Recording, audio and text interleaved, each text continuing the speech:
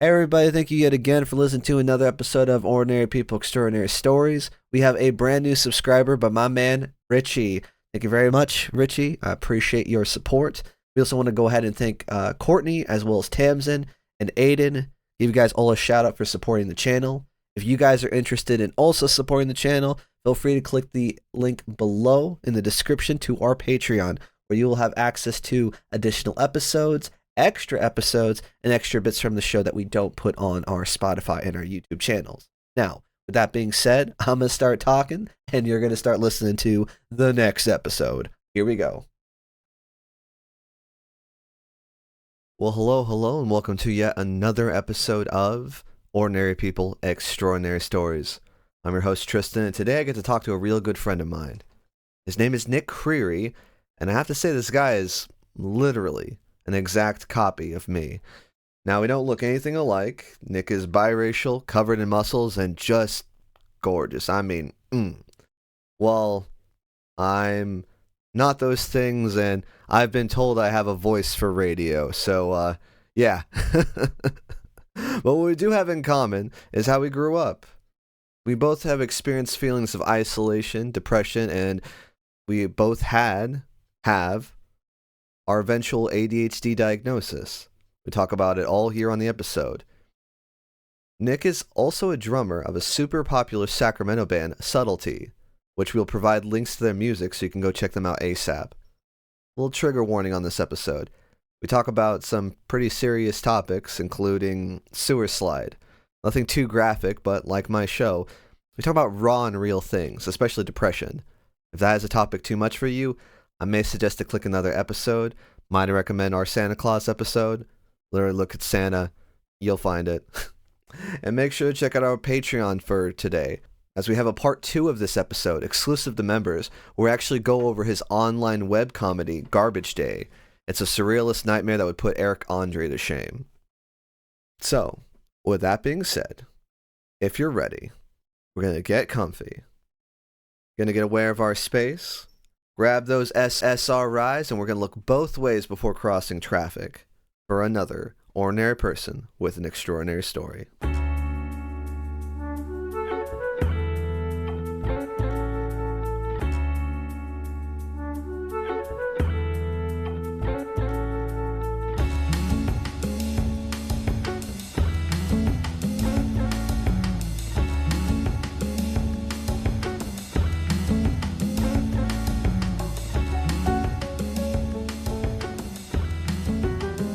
No, because I think hardcore could just be like overthinking it, overplanning it. It's most of the time it's kind of like we're just going out to lunch and we happen to be recording it. So we Hey, gotta real keep quick. the yeah. Yeah. I was gonna say we have to keep the slurs to a minimum. So I know you just it's radiating out of you, but you gotta you get one, and we still might bleep it my mulligan. because it's like it's only racist if you do too, because the first time it's like, hey, that's an accent. You stub your toe. Well, the way I usually go about slurs is This is a dangerous conversation. I think we're gonna just is that I talk about them, but I don't say them.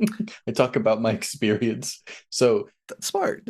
it just so happens that a couple days ago, I never use slurs in that anything that you would probably categorize as in the umbrella of slurs. Okay. It's pretty uncommon that I use them, but I was at work the other day and it was just me and a couple guys who I work with, and I was off the clock at I'm this so point. just scared, like how the story's gonna go. Like, and I think I was quoting something, and I was quoting a meme about light-skinned guys because I was relating to it, and the meme used the N-word, and I said the N-word, which I rarely use. And it just so happened a white lady customer walked around the corner like 1 to 2 seconds after it came out of my mouth. And I was like, I never say this word. And I'm at work, and now I come around, and she comes around the corner, and she didn't react like she had heard it, but I was just like, it's like you summoned her.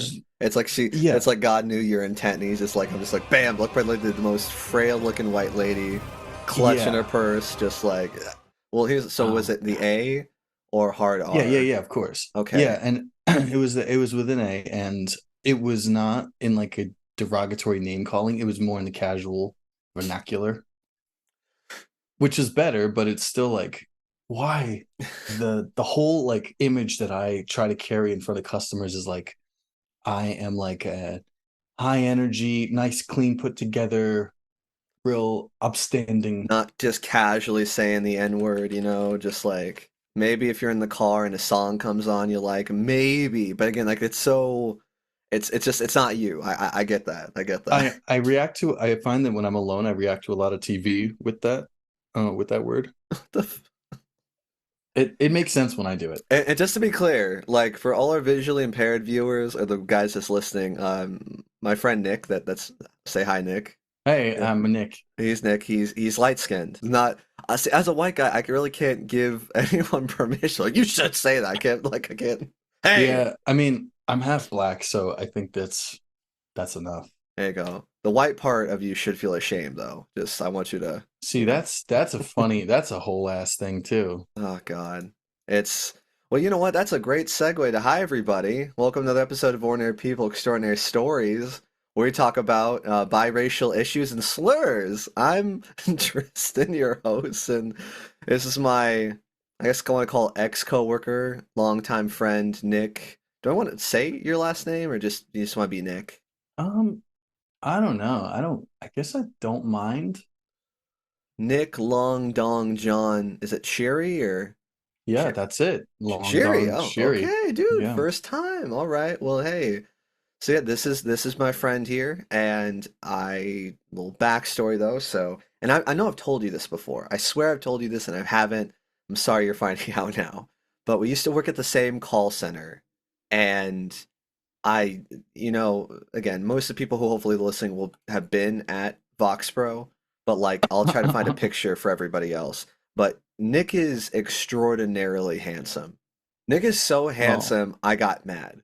Like, cause I was just like, I bet the guy gets free drinks at Starbucks and like fucking he just You I don't know. Yeah, dude, you I thought you were so freaking handsome. really? Dude, yeah, because I was like So, that motherfucker is probably so confident oh, and wrong, wrong, and sweetest. wrong in all regards. Not confident, don't get free drink. I got one free drink at Faces Okay, right all before the right, pandemic. The manager actually he bought me a drink, and then like I don't know, he did like a funny little thing with his hand. It was like it like brushed my hand or something and gave me the okay. drink, and I was like, man, I do not care. Like I'm pretty. It's physical touch is not about just touch, it's about the intention. And if it's like Mm, you are just admiring me as you're passing and give me a drink and like say have a good night, it's like thank you, yeah, cool. right. But if you're like, hey there baby, why don't you give me a smile, then it's like, how about you eat shit.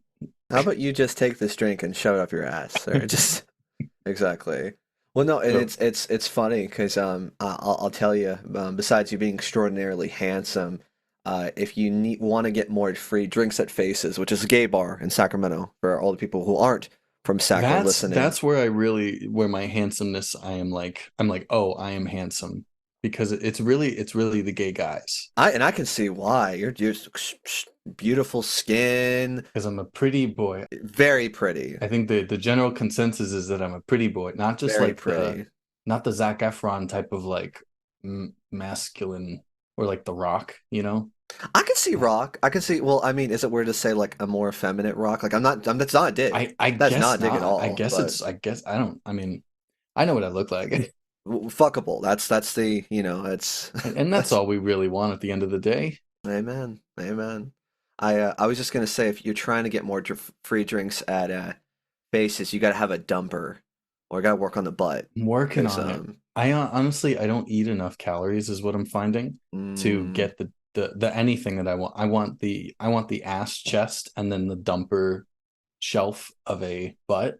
you want to look like you're smuggling ham back there essentially. Like you Like just like I have a piece of steak just attached to every part of me. mm, Like I am positively lumpy with muscle, I God love it. like a damn. Super Saiyan. Kind of Um, chubbing up here. I think Oh my God. at So my imaginary physique. exactly. I have a wild imagination, folks. But anyway, so sorry, sidetrack. See, that's part of the issue. He's so handsome, he makes me lose track of where we're going. But no, when you first came, I thought again, I don't know why you sat next to me and found out still handsome. Not to say you're not confident, but I was like, oh wow, you're just as insecure as me. We're gonna be best friends. And then we bonded over our ADHD and I don't know, just like we had like that kind of, do you remember like our little Triforce group? It was like you, me, and Rebecca. Yeah. It Rebecca was worked good times. across, like right in front of me, Yeah. us. It was Yep. great. I just feel like every time we were just hanging out and talking, she's just like, those are my boys. Those are just my ADHD silly boys. Just That was the most fun we could have exactly. at a job And like that. And you know what? Full disclosure, go you ahead. know who I had the feeling that you had when your first impression of me, you know who I had I'm that for when curious. I first walked in? Man, Andrew and that's not Talbot. fair because he's like, man. But he had the fashion with it. Oh, So it was exactly. like The fashion he and was the he was leaning back in his chair and he just but it wasn't like a smug, like lean back. It was just like he's just used to being here and then he had the sort of like wave in his hair, just one wave. Yeah, just the face, the fashion, that everything. And I was just like, who is that dude? Like, what are like dude, just it's the and then the fucking accent. And it accent was that just gets like, me. Like, oh who my is this God. like just fly ass looking dude? And, no, exactly. And it like, man, and again, no digs on him. Handsome guy, actually getting to talk to the dude, really like very intelligent, very Mm-hmm. long, deep conversation. Shout out Mm-hmm. Andrew if you're you're listening. But no, he like kind of stepped out of like the Disney Prince factory Yeah, just like yeah. and like and to everyone who doesn't know him like I don't want to say extraordinarily British but like he's just I don't know it's like Doctor Who but sexier like I that's the only thing I can think of I don't talk to a lot of British people. If he wanted it, he could get movie parts. Now that I'm thinking about or theater Oh, parts, absolutely, absolutely. I never thought about it, but because I know that he's not about that life, but like if he wanted that Take it. life, And that's he what could this take it. podcast is all about, just taking it, taking it to the limit, taking it to the streets. Um, take a penny, leave a penny. That's what this cast is about. And Isn't there an LMFAO song called oh "Take It my to the God, Hole"? jeez. Is that am I right? Take it to the hole, take it to the I'm hole, or something sorry. like that. My LFAO discography is a little like I'm slacking. I'm He's so slacking. sorry. I didn't come prepared to the show. I'm already dropping the ball. What year were you born? More like 2001 or 2009. something? I got him. More like 2000 and 2000. late. Let's get back on track. Basically, just to let you guys know, So is this was the that job. This right yeah, here. this was the job. This was like just we had a lot of fun, but the more I got to kind of know about you, kind of the more just extraordinary I found out what your story was. I mean, found out you're not even from Sacramento. Like you moved from what, the East Coast?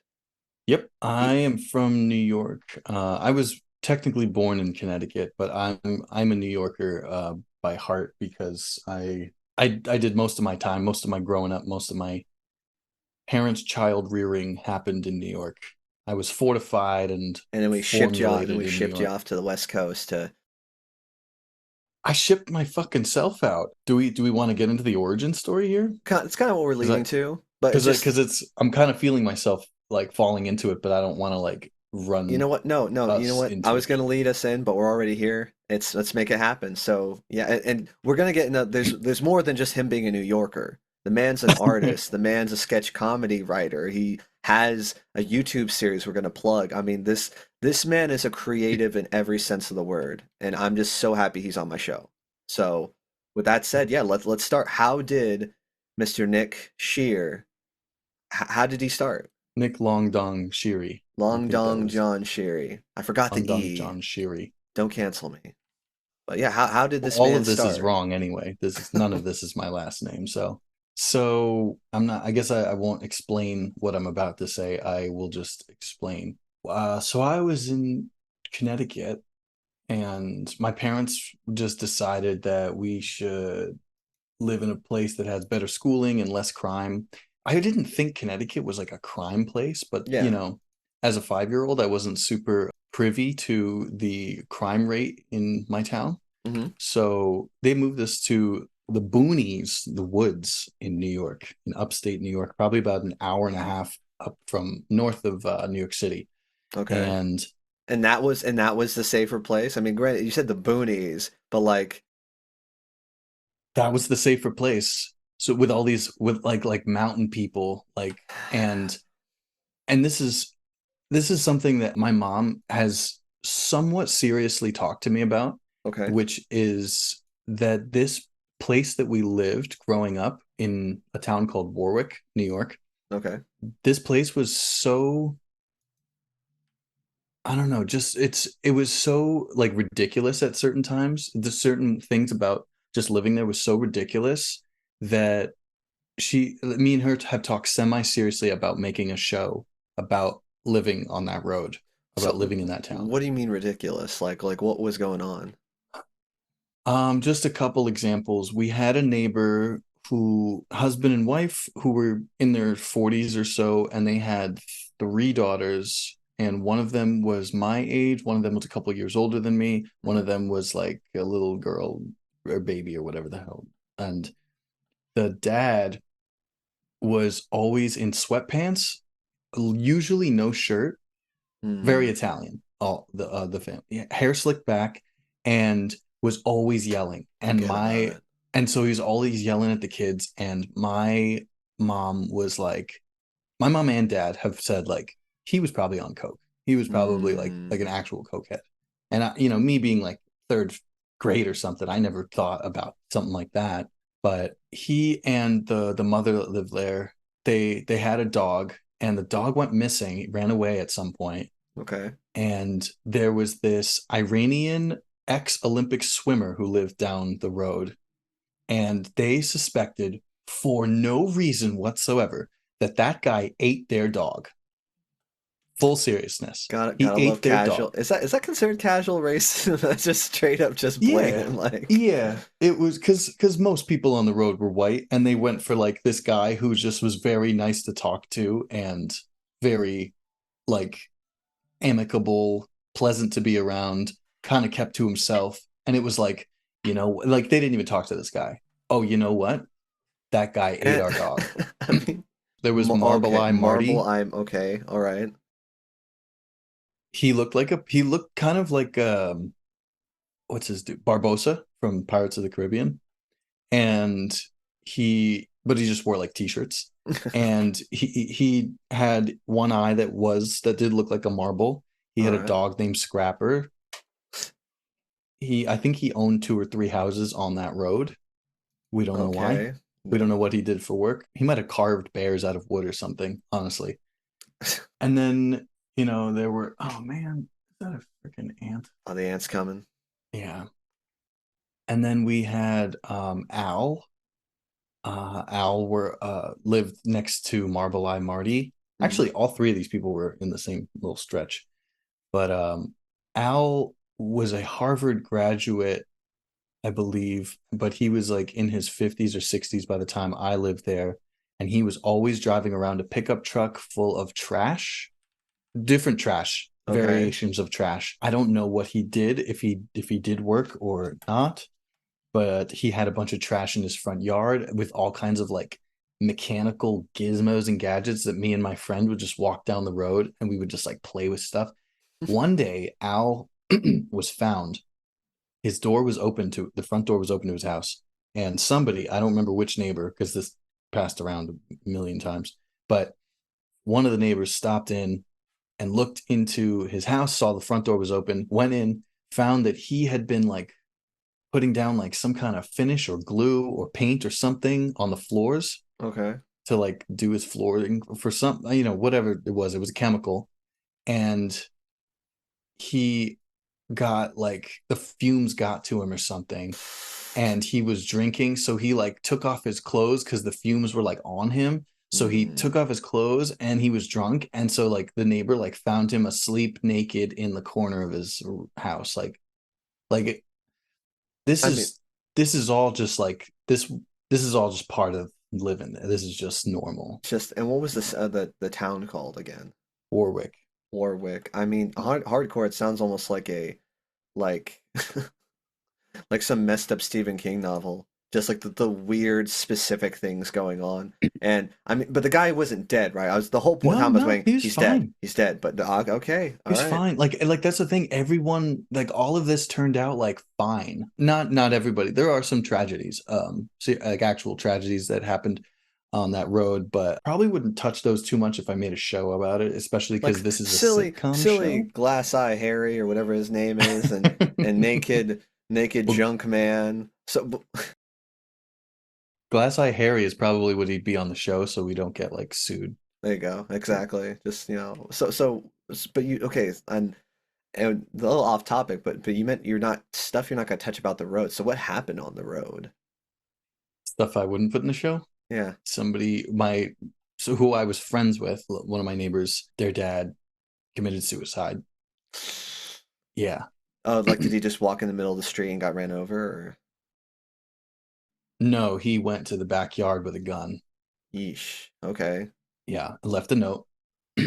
And that that neighbor now, I last I checked, I don't know for sure, but last I checked, that neighbor is now sleeping in the backyard Man, at the same house. I don't know, man. I'm concerned about that.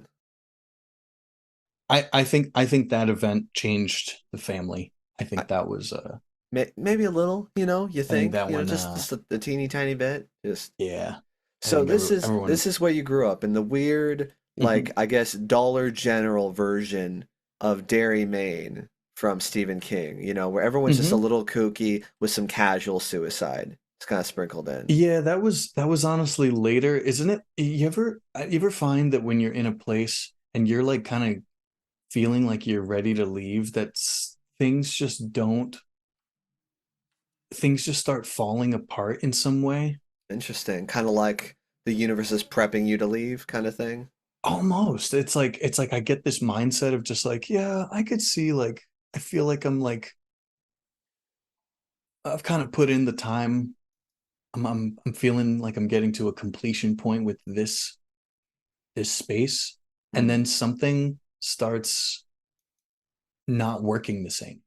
Like if it's a job, they change the policies and other coworkers start quitting or something, Right, and right, and right. it makes it a worse work environment, or the job changes a bit in the scope, or if it's living somewhere, it's like something starts rotting in the house, the structurally, or if it's living in a certain like area, it's like people start just their lives are not as put together anymore. That like lives start just people become either homebodies or get caught up with such and such, or somebody commits suicide. And it's not like that was the thing, but like it was that was around the time that I ended up moving out of that town to How old were somewhere. you when this happened?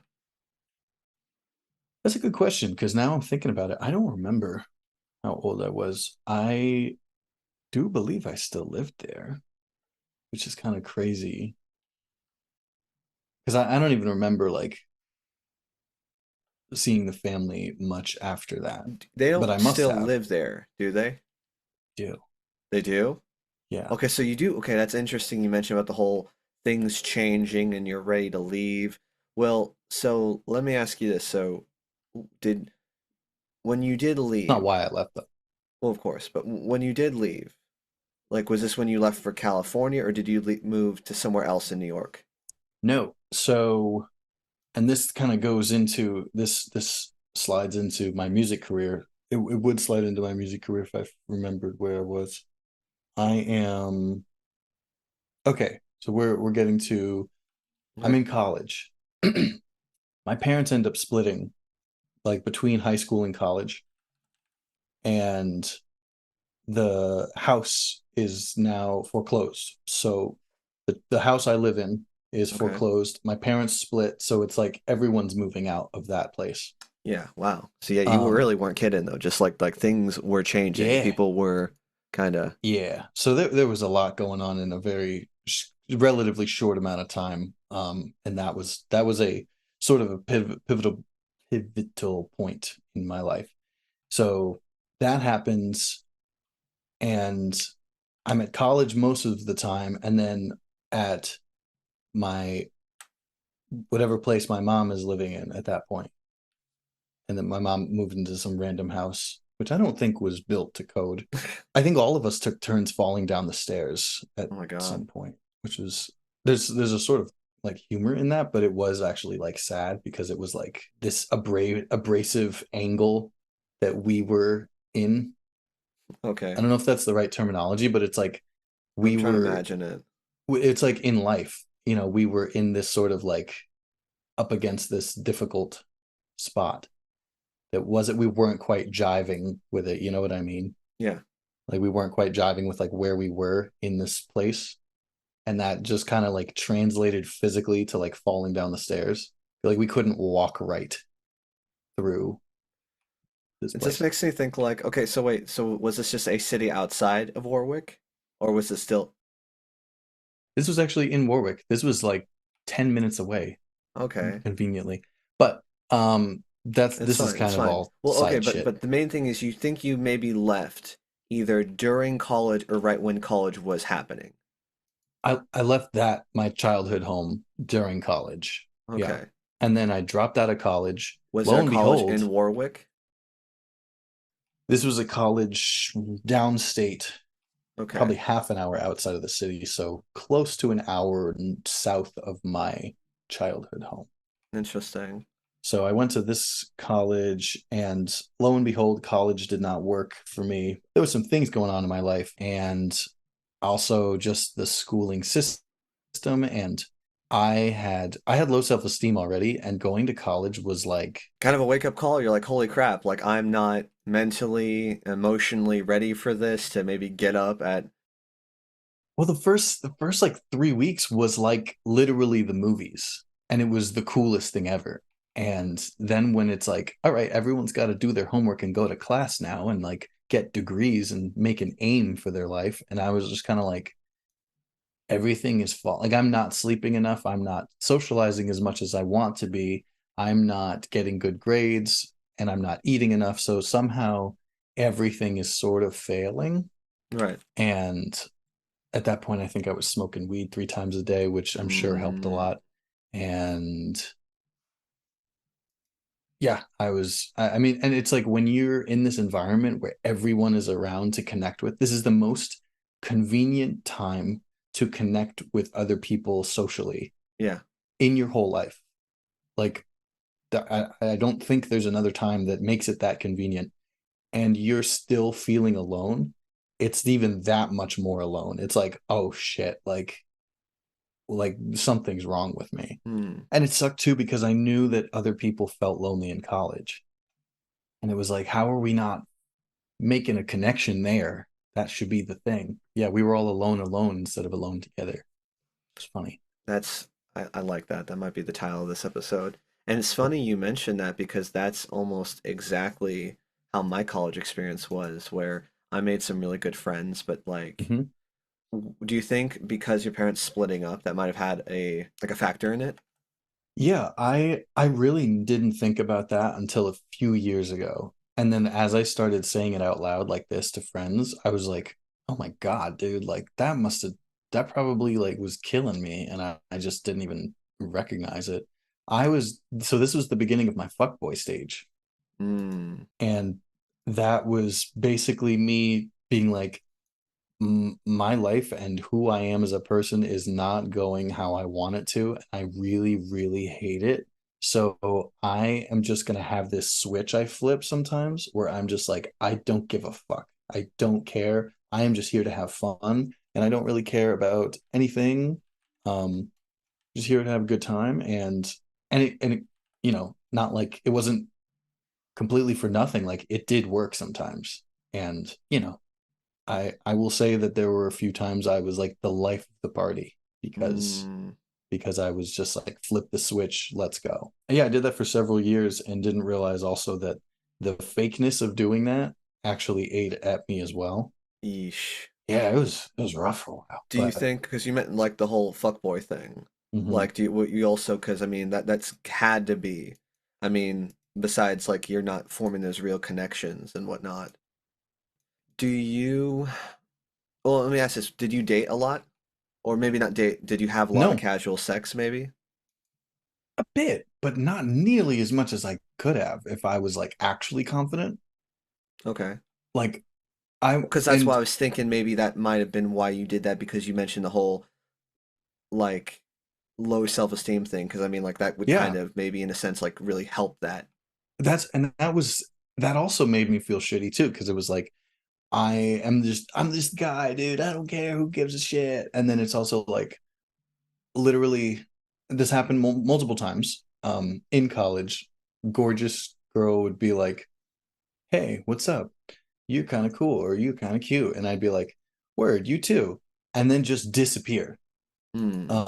Like literally like girls had to throw themselves at me to for me to be like, "Okay, okay, sure." I get it now. I get that you're trying to get the cream for Shay, so to speak. So I'd really only go for girls who literally like really threw themselves at me, and there was a bit of casual stuff happening, but I also was like in no position to open up in any real way with Right. anybody. So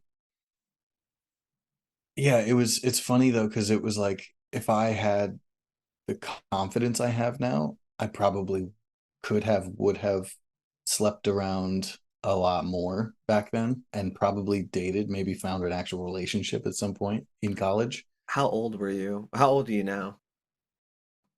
I am 32. I turned 32 in March 8th. That's right. Oh, happy, it's a little late, but happy late birthday. Thank you, thank I you. Fresh, No, if right. And fresh funny 32. enough that you mentioned that because like very similar college experience, like low self-esteem, Really? going through coincidentally my parents splitting up, a very Really? nasty, just nasty event though. I'd rather not get too much into Oh, I'm detail. sorry.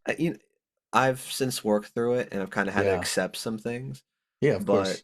it like you mentioned though, a lot of partying, a lot of weed smoking, and I think if I had the confidence I had now, same thing. I think I'd be pulling girls because like Right. now I know who I am. Now I know like just the person I want to be. So, Yeah. but I think in a sense that might be. I mean, I don't know. You kind of have to go through that pain and that trial to kind of get to where we are now. So let me say this though. So when do Mhm. you remember dropping out of college? And did you meet Shane or your bandmates at this time, or was this much later? I was in a high school band. I haven't even got to the music career part, and I said this Okay. was like an easy into the music career, and I haven't even talked about any. I didn't mention the word music yet, but I was in a band with Shane in high school, and that band took on like a couple different names Okay. and a couple different style changes and a few lineup changes. So it's always weird to say, like, I took my high school band you know, out like for years and moved out to California with them. A little But bit. but it's also like that wasn't my high school band That was just your band. that I right. It's like at what point it's like Theseus's ship. If you keep changing out pieces of this thing, when is it not the thing anymore? I love that you know that reference, but that's it. That great, brilliantly like point made. I love that. But yeah, no, exactly.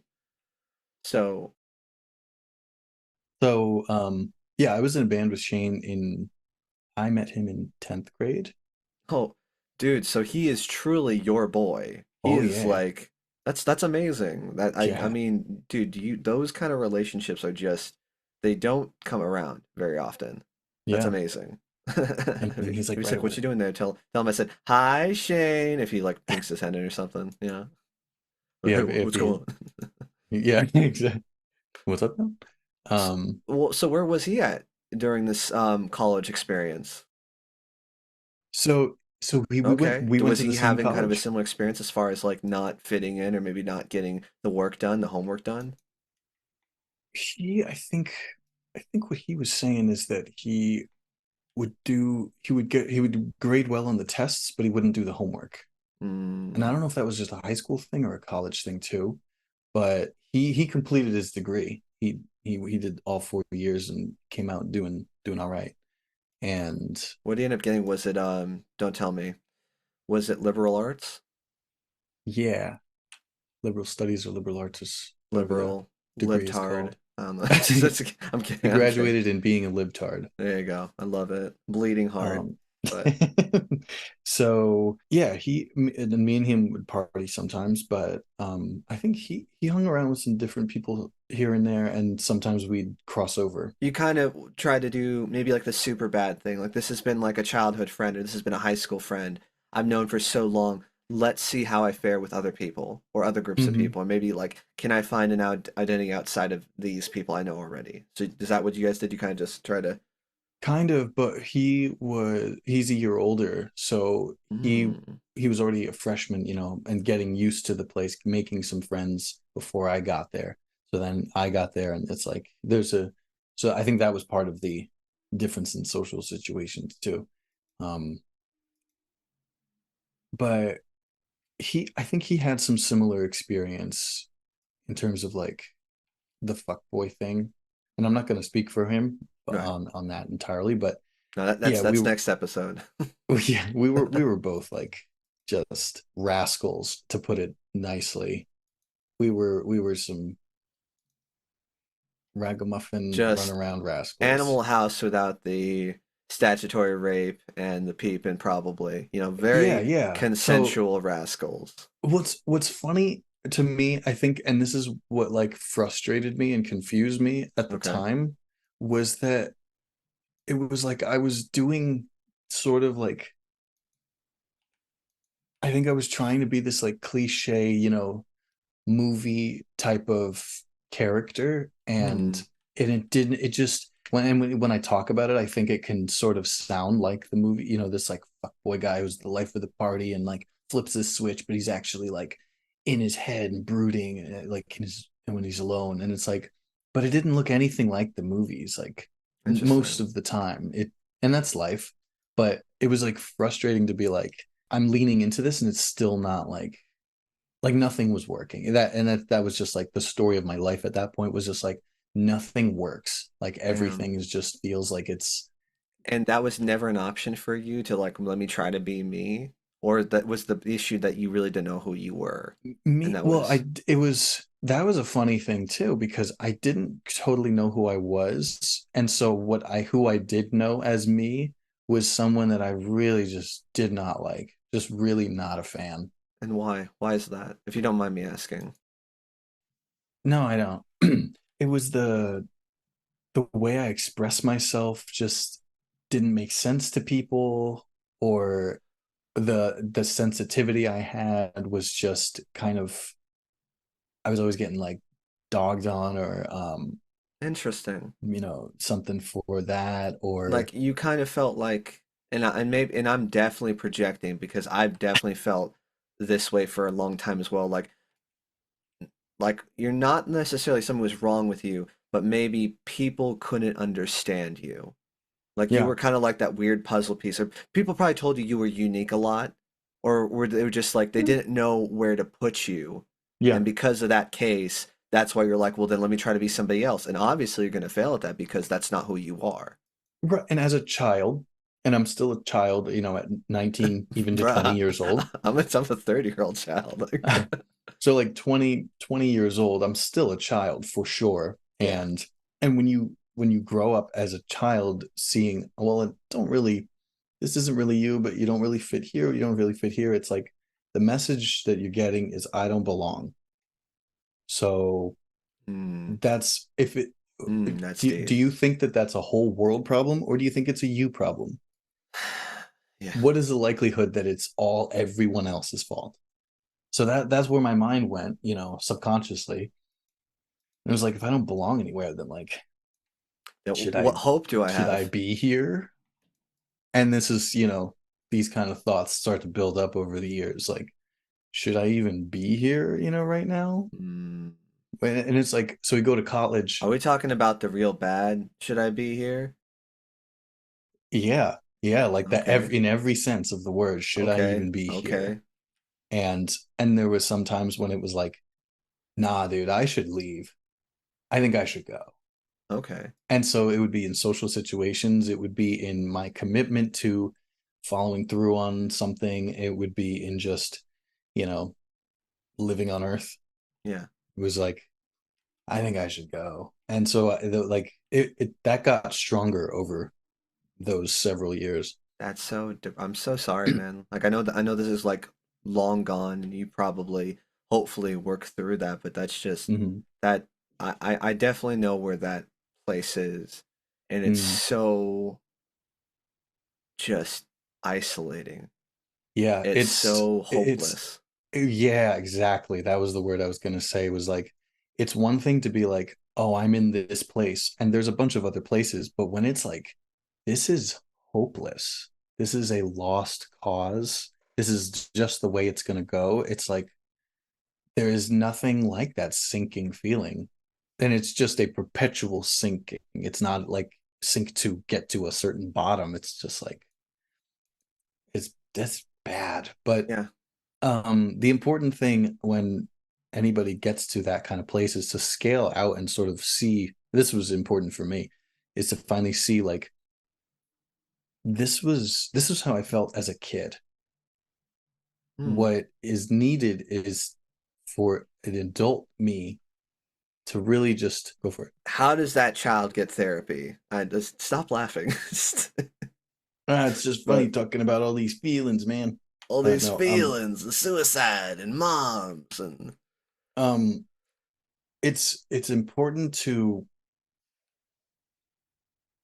not instead of judging oneself for feeling like an absolute failure that doesn't belong on earth, instead to just like let go of the bias, even if it's just momentarily, and look at the fact that this was a kid who if any kid you ever knew felt like that, you would want to give that kid a hug and be like, you are a valid, beautiful person. I'm so sorry.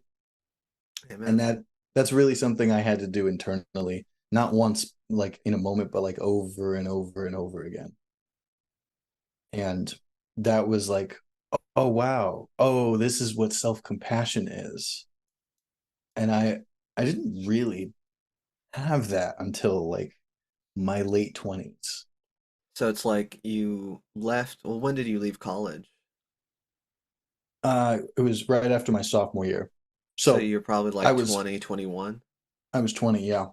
So you carried this pain for at least 6 to 7 years. So I'm like here, and I started college around here. I'm just like, I'm doing all right. And it just was a slow, steady decline. And academically, it was my grades. I went into academic probation in my sophomore year, and my parents said, we want to, give you a chance. We want you to be able to stay here because you know that you like the social aspect and everything of it, and this could be good, but if you don't pick your grades up by the end of um I don't know, somewhere into the second semester of sophomore year, it was Right. like, we got to pull you out. And and it was kind of like agreed. And I was like, yeah, that's fair. Like I Yeah. don't want to just be here flunking out. Burning So money. so we got to the end of like sophomore year. I found a little bit of help in college, but I was not proactive about finding help. I didn't know how to find help until it was like a few months before the end of the year. And I was like, okay, now I'm starting to get some help, but my grades are still shit. This is still not working. And I remember sitting in the whatever administration office with my parents and like signing the form of like, you fucking dipped out, the Mm, whatever that form is. yeah. So yeah, signed that form and left college. At this point, is it I don't know. It feels weird to just be like, this is my entire life story, more or less. But at this point, I'm still in a band that's kind of on hiatus with Mm. Shane. So that's where my music is at this point.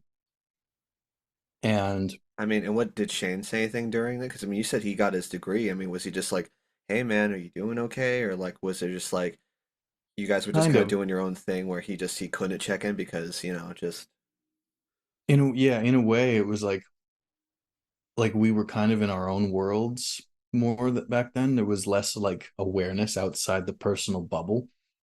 And especially with like guys being like, "Hey, are you doing all right, man? I really care about you." Like that was a very anti-masculine thing that we didn't and like it back wasn't. then. You're right. And unfortunately, because this is what we're talking about, like the 2000s, maybe the Oh, 2010s, where just you're so right. Like we were cringe. barely exactly like I'm not gay. Wait, I'm not gonna. Yeah, Yeah, yeah, yeah. but It was kind of sad that that was the case, but it was, but yeah, definitely like, yeah, man, you good? All right, yeah, cool. Like, put you know, some that, sand and mud in it and soldier on kind of thing. yeah, a little bit. And I tried not to be like that because I knew that like I was a softie, you know, and I knew that by that point, but it was still like the fuck boy switch was definitely like a little more the hyper masculine like type of type of stuff.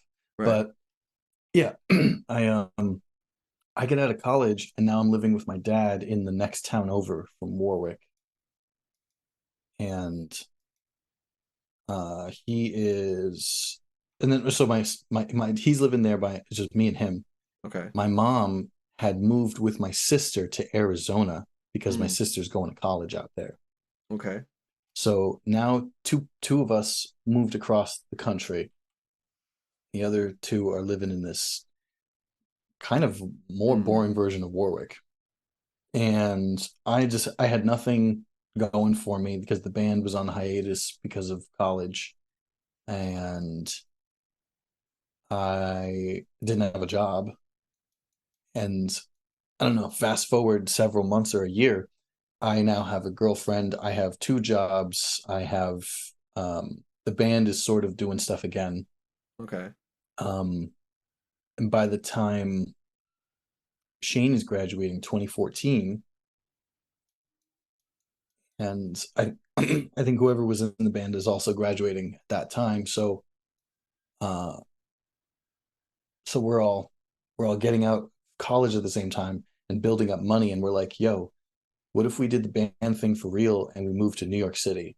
Okay. Hell yeah. We like it. We like it. So that was the move by 2014. I was doing that, and I decided to become a personal trainer. I was getting into fitness more and more.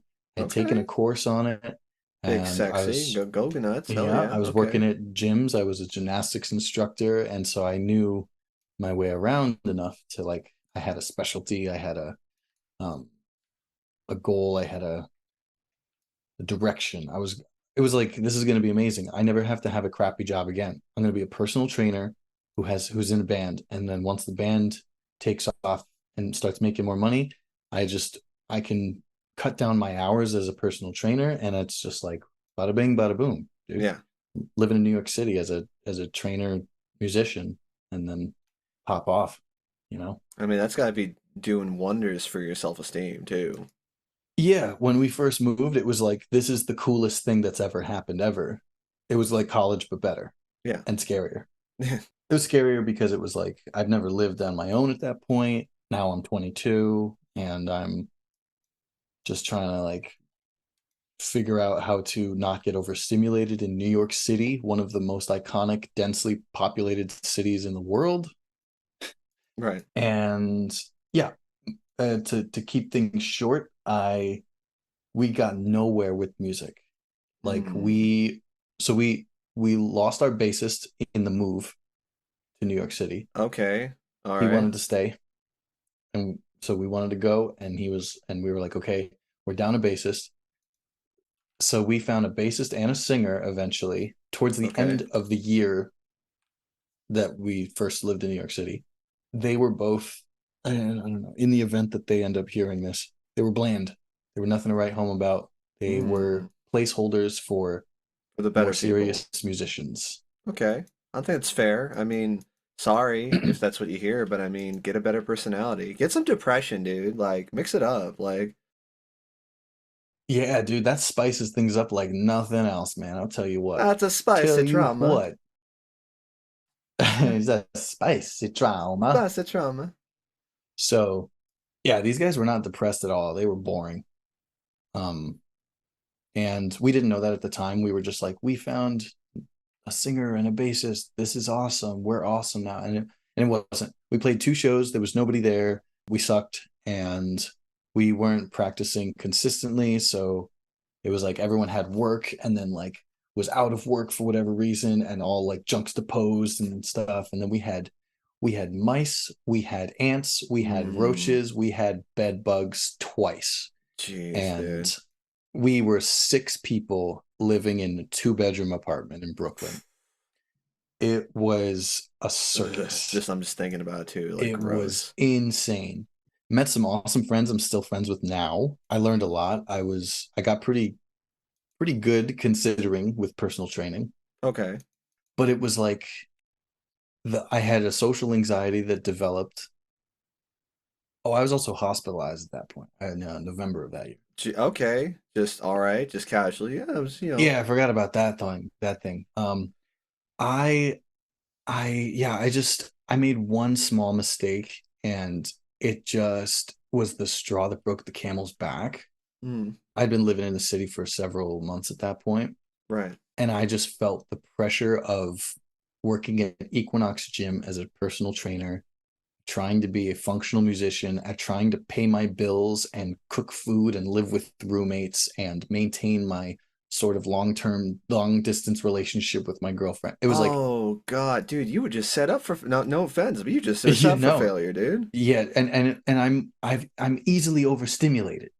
I live in New York City and I'm easily overstimulated. The worst place, the city that never sleeps, the I don't bright think there's a lights and the worse place. frickin' bed. If anything, like the bugs and the vermin would have kept me up because I hate that Oh, dirty feeling. But I you did probably just had to lose. accept it, I guess. We had it treated and then they came back and then we had it treated again and then we moved out. So yeah, I did lose sleep over the bed bugs, not just because of the anxiety, but because they were biting me. Ugh, God, I'm so Um, I it I've never was dealt with bed bugs, but I've dealt with like a really bad case of fleas, and I just I my oh heart goes out to you, man. It's just like it does. yeah, It's just something about like I'm it's covered in bugs and I'm disgusting. trying to It's sleep. It's disgusting. yes. And even just the thought that they're around is enough to Mm-hmm. just Heebie-jeebies. Ugh. there's a part in Garbage Day I do believe that I'm jumping around a lot, but there's a part I do believe I talk about the bed bugs um in the Oh show. God.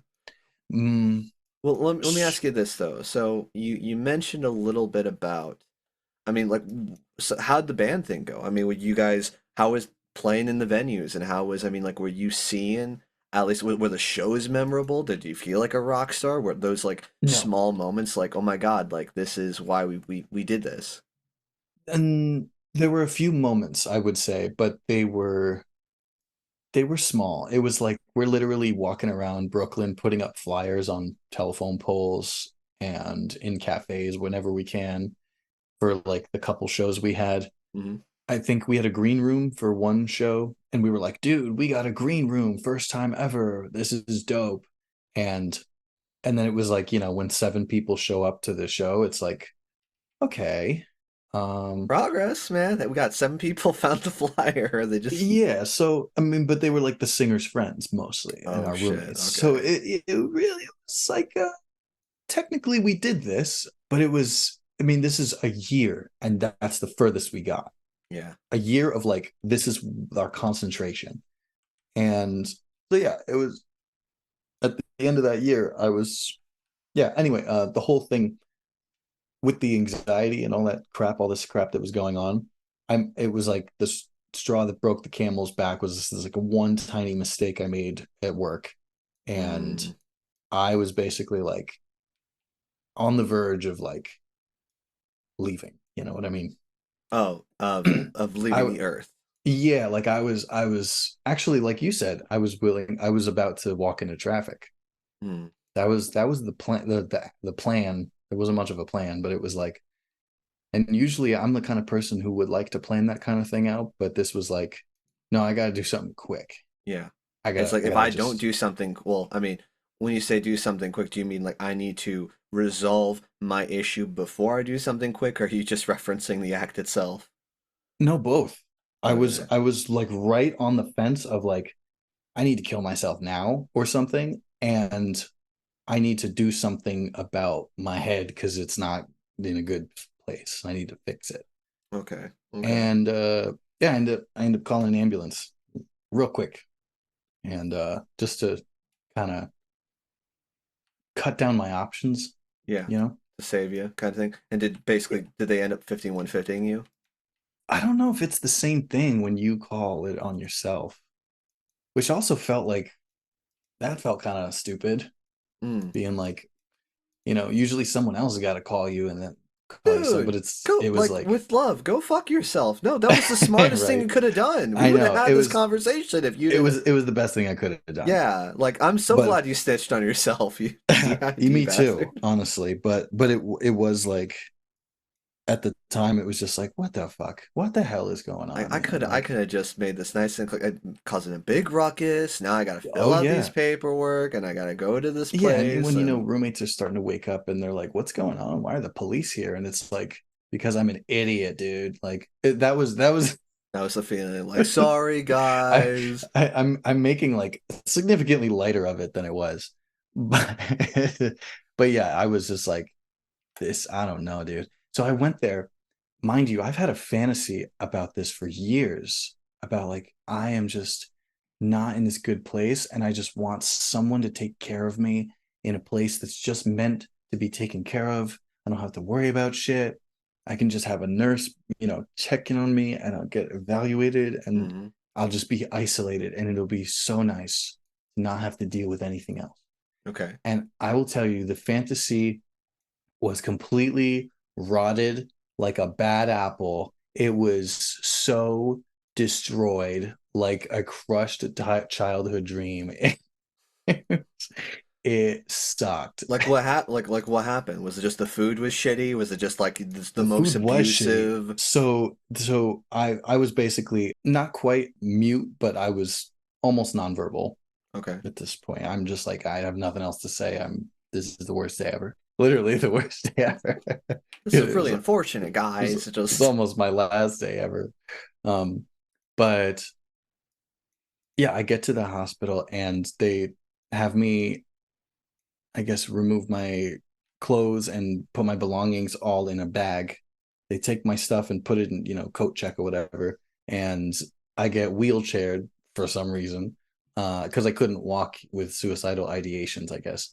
They wheel me up to the room or whatever. And it was just it was the way the psychologist was like looking at me like she had never been through shit while she's asking me questions, and she's looking at me with this like, oh yeah, is that hard for you?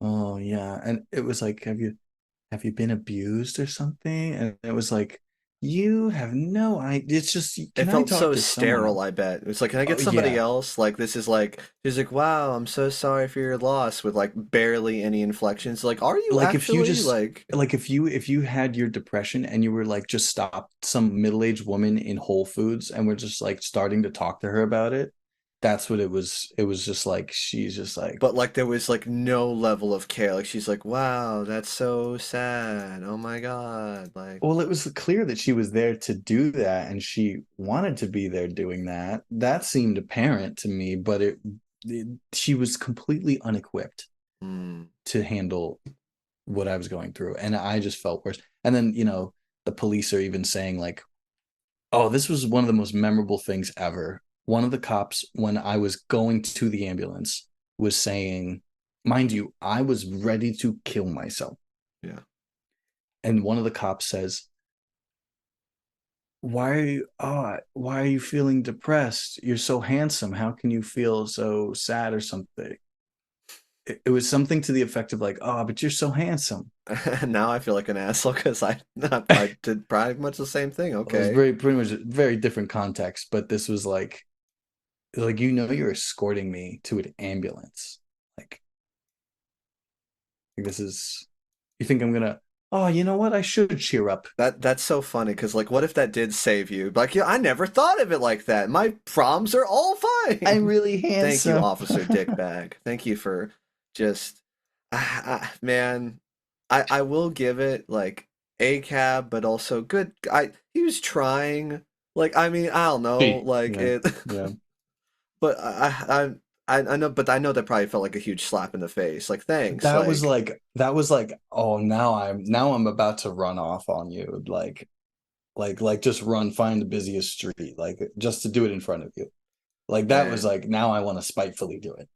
But Just because I'm just so and it sucks because yeah, no, I could see because like that's the whole I think issue you're having. It's just like you already don't feel like anyone understands you, and now they're yeah, like, hey, yeah, I mean, I'm just like I don't exactly. give a fuck if I look handsome or not. Though it's like I feel alone, and they're just like, well, why do you feel alone when you just so you got a big old wiener, and you're like, dude, like Yeah, it's more than that. Like, right. And it's not only, it's like, it's more than that, but it's like, if this is something that people say, then why doesn't it matter? ooh, It's like that cognitive dissonance of like, I'm hearing these words from people. I've already heard these words before, and yet you like still want to do nothing this. works, like I'm still like so out of place and like feel like everything's not working. So it's like, what do you do with that information when you're like, hey, you actually have everything going for you, and yet you are a failure. Everything you do fails. Hmm. So it's like, what the fuck? Well, okay, so let me ask though. So this happened. Hmm. You're now in this situation. I mean, I have to say it must have worked because you're still talking with me. I mean, like what did the therapy look like? I mean, did you maybe get to figure out where these feelings came from or Hell no, dude. That so okay, I get, ouch. Like I'm just I'm all my faith in the system just dude, this was terrible, man. In terms of the fantasy that I had of being like take cared for, this was so bad. I got I got to the end of my overnight period, which was also, they have a bunch of beds with Okay. like psychologically unwell people, Hmm. a bunch of beds in one room. And so kind of sleeping there was like, I had my fists clenched, like there was a dude handcuffed to one of the beds. Were any of them like howling or doing like crazy shit where Yes. you're like, I can't Yes. sleep because like the guy next to me is like saying like I'm the reincarnation of Hitler. Yes, Ah! yes, there was stuff like that. There was one woman who busted into the doors into the psych ward, and she was all, my stomach hurts. Oh, my stomach. Oh, man. And then a nurse follows in, and the person at the front desk is like, what happened? And this guy behind her is just like, I don't know. She just like ran off on us. And this lady's pants are falling down. She's like, my stomach. Oh. And she sits on the ground. She's like, I don't feel good. And I'm like, if she is going to get sick, I'm going to get sick. So I need to leave. So I go to the bedroom area. And as I walk in, I just hear, oh, and I hear her retch. And I was like, oh my fucking God. Oh my God. Like, I'm gonna go, dude. I'm gonna fucking go, man. I gotta get me the uh, hell out of here.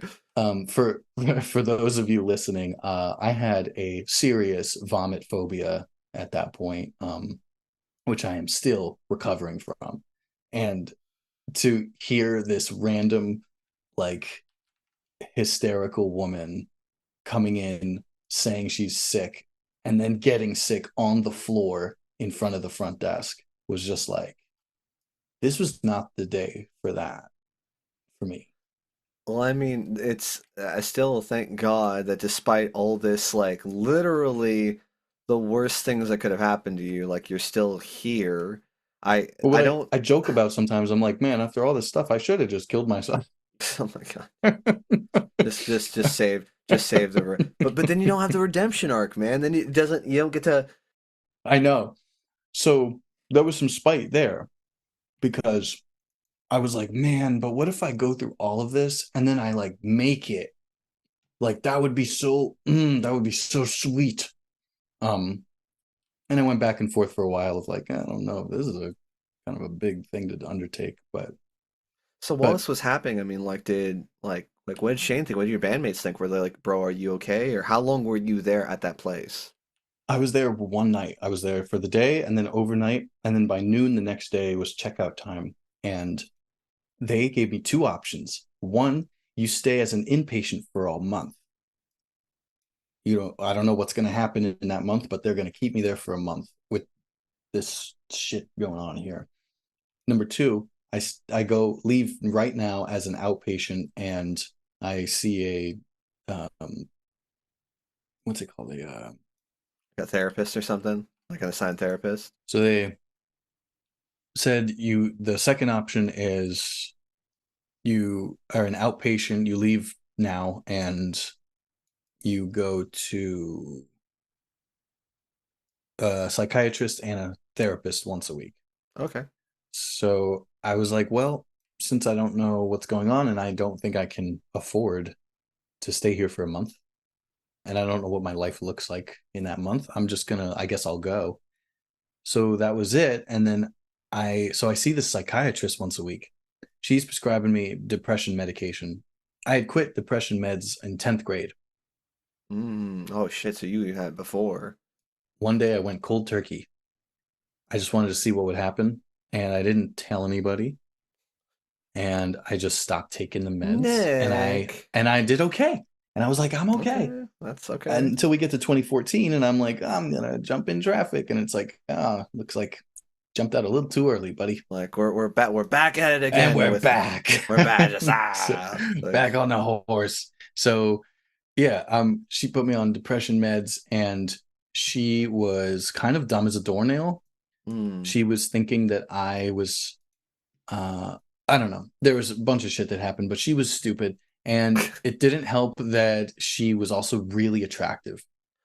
She looked kind ooh, of like Beyonce with glasses, like damn that. librarian Beyonce. Oh man, just messed. Man, I'd be like, I'm so sick and hurt and fix me, mommy. I mean, sorry, ma'am. Just So so it was like it's weird for me to get really vulnerable with someone I'm attracted to, um, in that sort of clinical sense. no, absolutely. Like hardcore, like bearing your soul, and you're also like, I just wish she'd like be like, you know what? Let me just violate my HIPAA, just violate all my codes and ethics, and Yeah. just like, do you want to get like a New York hot dog sometime? Yeah. Um, so there was that, and then there was the fact that she was incompetent as a psychiatrist, and then there was the fact that she kept coming around to, well, Jesus can really help with all these things, and there's a group that you could Mm, go to, a youth group that would really help with blah blah blah. And I was like, okay, but like this wasn't the thing to like turn me religious. Like this just it's not like a nah, it just didn't hit. So the fact that she kept coming back to that was like there's still this motive in mind that is not like a research based way of healing from this. mm. This is still coming back to, well, finding God is really the Christian God is really the answer to this stuff. So I was just kind of like, yo, can I leave? Like, can Can I I get a go? different therapist? Can I just So I had a therapist as well. He was okay, but what I found with almost every therapist I've had is that I can talk at them, but I don't actually get much from them. mm. So he was someone to talk at, but I didn't really get too much of like, let's work on this. Oh, a good idea. Oh, that's interesting perspective. Like I wasn't getting insight. Do you kind of feel like you're almost talking to a wall? It was someone to just hear me say stuff. That's usually what therapy has been for me, except for my current therapist. You're So you're good. You're good now. Like the therapist now you got is this. I'm good. Yeah, my therapist is fantastic. Shout out to Shout out Nick's to my therapist, therapist, dude. saving Tiffany, lives. she is fantastic. Tiffany, just not as cute as Beyonce therapist, but You you're can hear it, nice. huh? Well, and forgive me, because I don't know if you know I am religious. I do Hmm. follow the Christian faith, but like I can see how predatory that can be, where you're insanely vulnerable in this insanely dark place, and it sounds insulting that someone's just like, oh, Yeah, Sky Daddy's gonna fix it. I mean, yeah. can I challenge and ask, like, did you try it or did you get go? Or you just like, absolutely not, I'm not doing that. No, at that point, it was like putting myself in a number one, a new environment, and number two, a something that I didn't know if something that I wasn't like invested in, and so yeah, like something I already thought was like this is not. It felt like I would have to play pretend to feel better, Mm. and I had that's what I had gathered about like people who I guess evangelized to me, you know. I don't, is that the word? What is the word? Like the preached? Evangelize. I will say, yeah, sure. Yeah.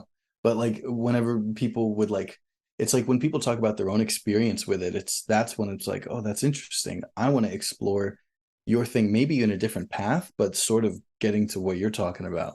I have found benefit there, but when people sort of evangelize it more, it's like there's actually a really great verse in the Bible that talks about this, and I'm like, I don't know about that. Like, it just doesn't hit the same, and Do I think you it helps. It's more keep going? potent to me to hear that kind of stuff when there's not a really difficult struggle point. Mm. Like religion is not the first place I'm going to turn to in that case. Have you ever had religious trauma as far as like maybe you tried it and it just something didn't click? Or I guess I'm kind of mainly asking, it's not an attack. I'm just more kind of like, what's this like aversion to religion or church? Like what, where's this coming from? Um, Part of it is that I like things to be science based, to be evidence based, and I have always known religion as going against that. So I found that that was part of my aversion at that point. I think I had been let down by religion before. I think I'd had a few friends who went to church and I had been with them before Mm. and were religious in some kind of way, and it just um and then they stopped going, and then the whole family stopped going. Then it's like everybody dropped off in the family. Mm. So it was just like an obligatory thing to give structure to this. And that maybe that's part of it too, is that I had a history having ADHD. I had a history of being given a structure that I did not have any say in. And that was really like what pissed me off about people saying like make a schedule or get a planner and stuff like that, like over the years, was that it was like all of all of the advice was always like on other people's terms. Yeah. And I didn't this was another thing I didn't realize until like my early 30s, that like I can do these things, this A, B, and C on my terms. And then it was like, oh, all of a sudden I have no hatred towards this. And it was the fact that my take on things was never enough. It was always like wrong in terms of like how to function. Hmm. I needed somebody else's template. And Interesting. I think that was something about religion too, that was just like, why can't I just come to these kind of conclusions in my way? Why can't I do it my way? That bothered me. And I will say, and I don't, because I always try to be very careful sharing my faith because I understand the whole kind of used car salesman mentality Hmm. of faith. That someone's like, oh, hey, you're in need of a car, you're in a very sweet and vulnerable space.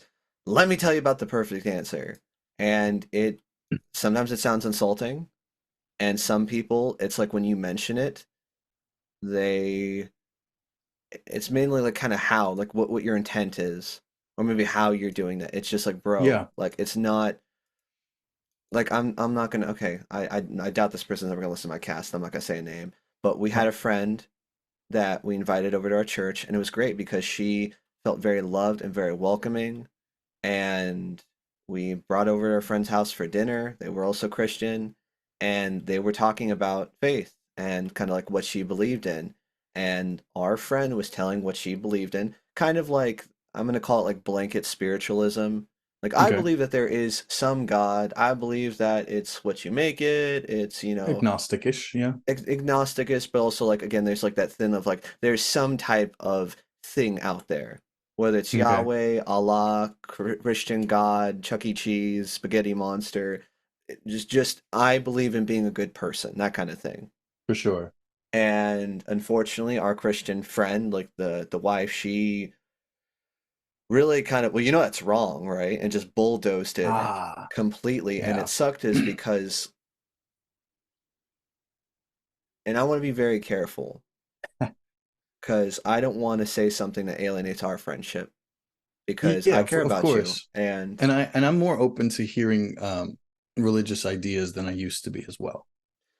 it's just like I hated it because like we weren't trying to, oh, hey, let's get her. But I mean, why not plant a seed? Because I guess Right. the answer to your question about like, why can't I come to that own conclusion myself or go my way?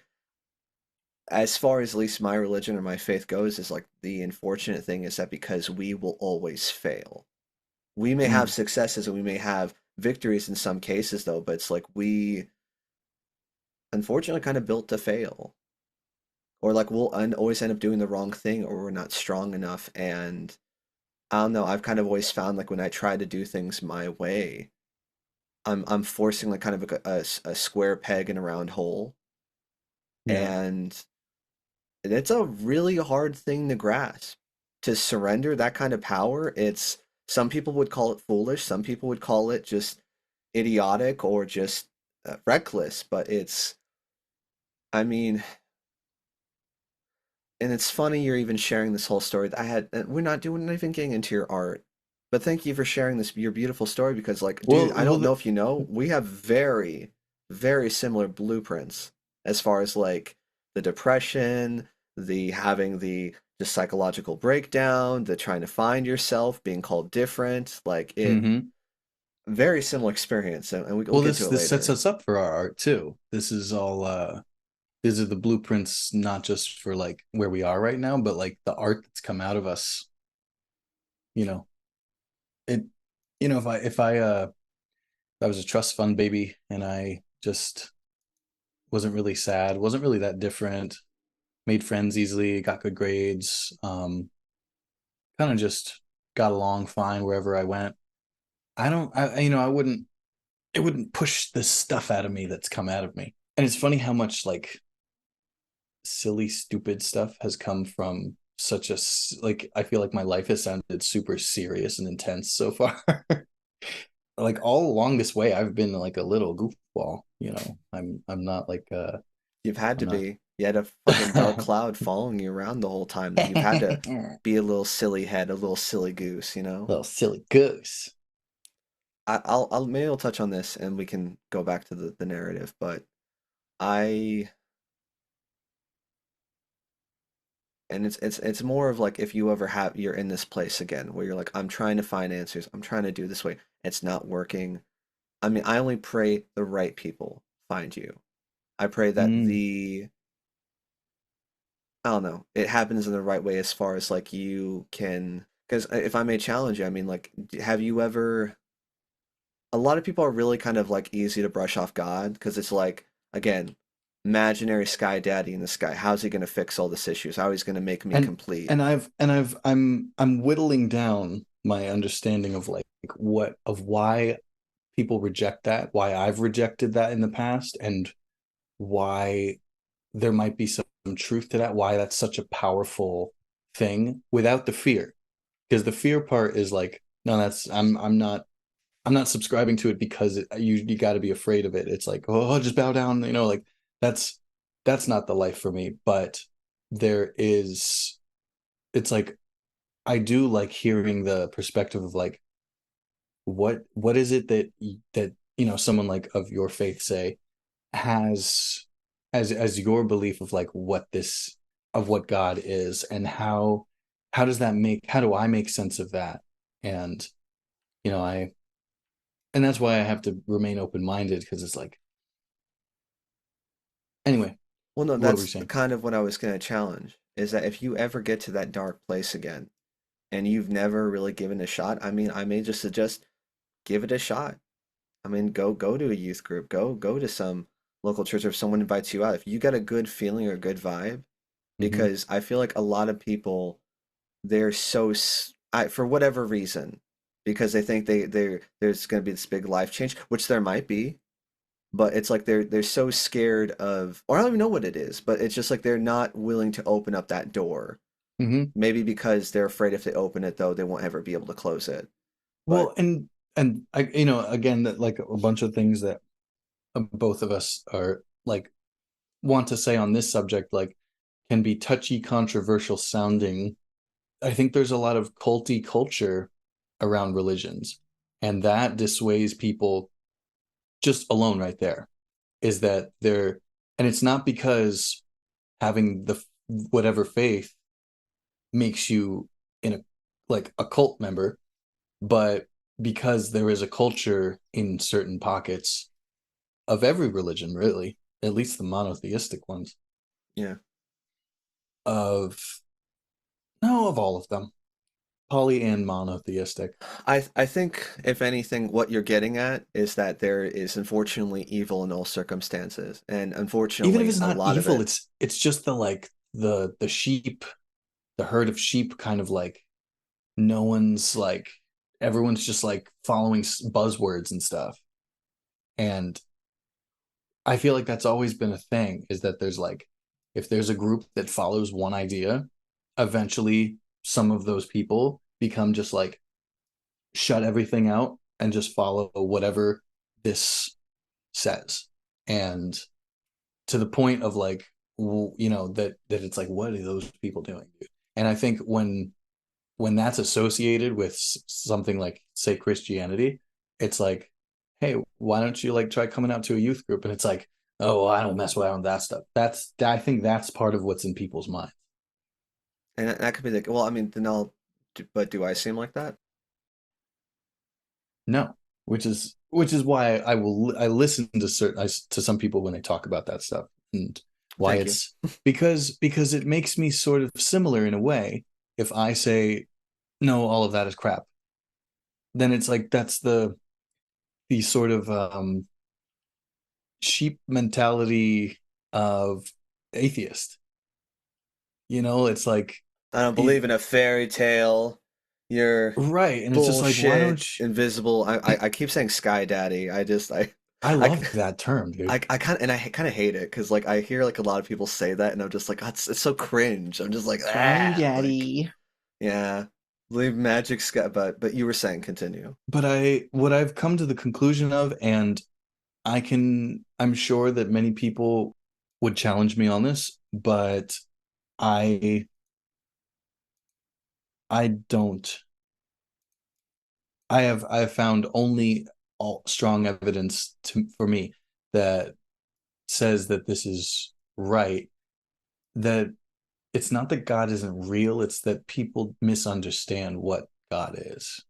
It's that there's a vast misunderstanding of what this is. What he is or what he can be. And Yeah. I will 100% agree with you on that. I used to have a saying where I'd say, you know what the biggest enemy to Christianity is? You know what it is? Um, I guess misinterpretation. Other No? Christians. Well, some Oh kind of, shit. there you go. Oh no. But no, I would say that because it's the same thing, is I feel like people limit too much, like, oh, it's, and that's kind of like what I was getting at, is that the same thing I would like where people are like, they're so sure that something won't work. My thing I always advise is like, we'll try it. Keep trying it. Like it's like we're supposed to not judge people for like their gender or their race or their beliefs or like, hey, I'm glad that works for you. But Mm-hmm. I don't know, just like I think for the same reason people are like, hey, why don't you give this a chance? I mean, I may advocate for that. It's like if you've Yeah. tried everything else and nothing's worked, I Mm-hmm. mean, the best part about trying it is that you can go back to the other thing. Like you're like, all right, I tried it, it just True, didn't work. Well, true. keep looking. I just, So yeah, yeah, the what's it called? Damn it. I already lost it. I interrupted you just to run off my train of thought. I love it. It's the ADHD mindset. Well, and we can also not talk about this too, because like the whole point of get you here is like I'm gonna get you, you know. But maybe. But that's that. Oh, I was gonna say that's a funny thing too, that some religious people do judge people in those ways that you said you shouldn't judge people. And it's like, so isn't it like a pretty normal um theistic viewpoint that people shouldn't judge people, it's only for God to judge, right? That's what Uh, the general rule is In supposed to be. in a Yeah. certain way, because obviously they're as mammalian creatures, biologically we have to make judgments. We have to make certain judgments to protect ourselves Right. and to do the right thing in terms of a lot of times in terms of associating with certain people. Are people going to, spoil the herd, or are they going to add to the herd's um, goals? Or Right? not even just that, just like, is this person dangerous to me? Like, what Yeah. do they have to gain from me Hmm. joining this thing? Or it's like, do they ultimately care for my well-being, or am I a number to them? You know? Yeah. So there is a certain kind of judgment we do have to pass to everybody, but yeah, in terms of the judging, judging before actually knowing someone, or judging someone for something that is not a threat, like gender or race or uh, height. I don't know, other stuff. What kind of facial hair you have, but like, Yeah, yeah. but so it's like, so who is following the, doctrine or dogma to the T, and who is not, and who should be or should, so that kind of stuff gets really mixed up. And I, I've also come to the conclusion that if you claim to know exactly what God is, then you don't know.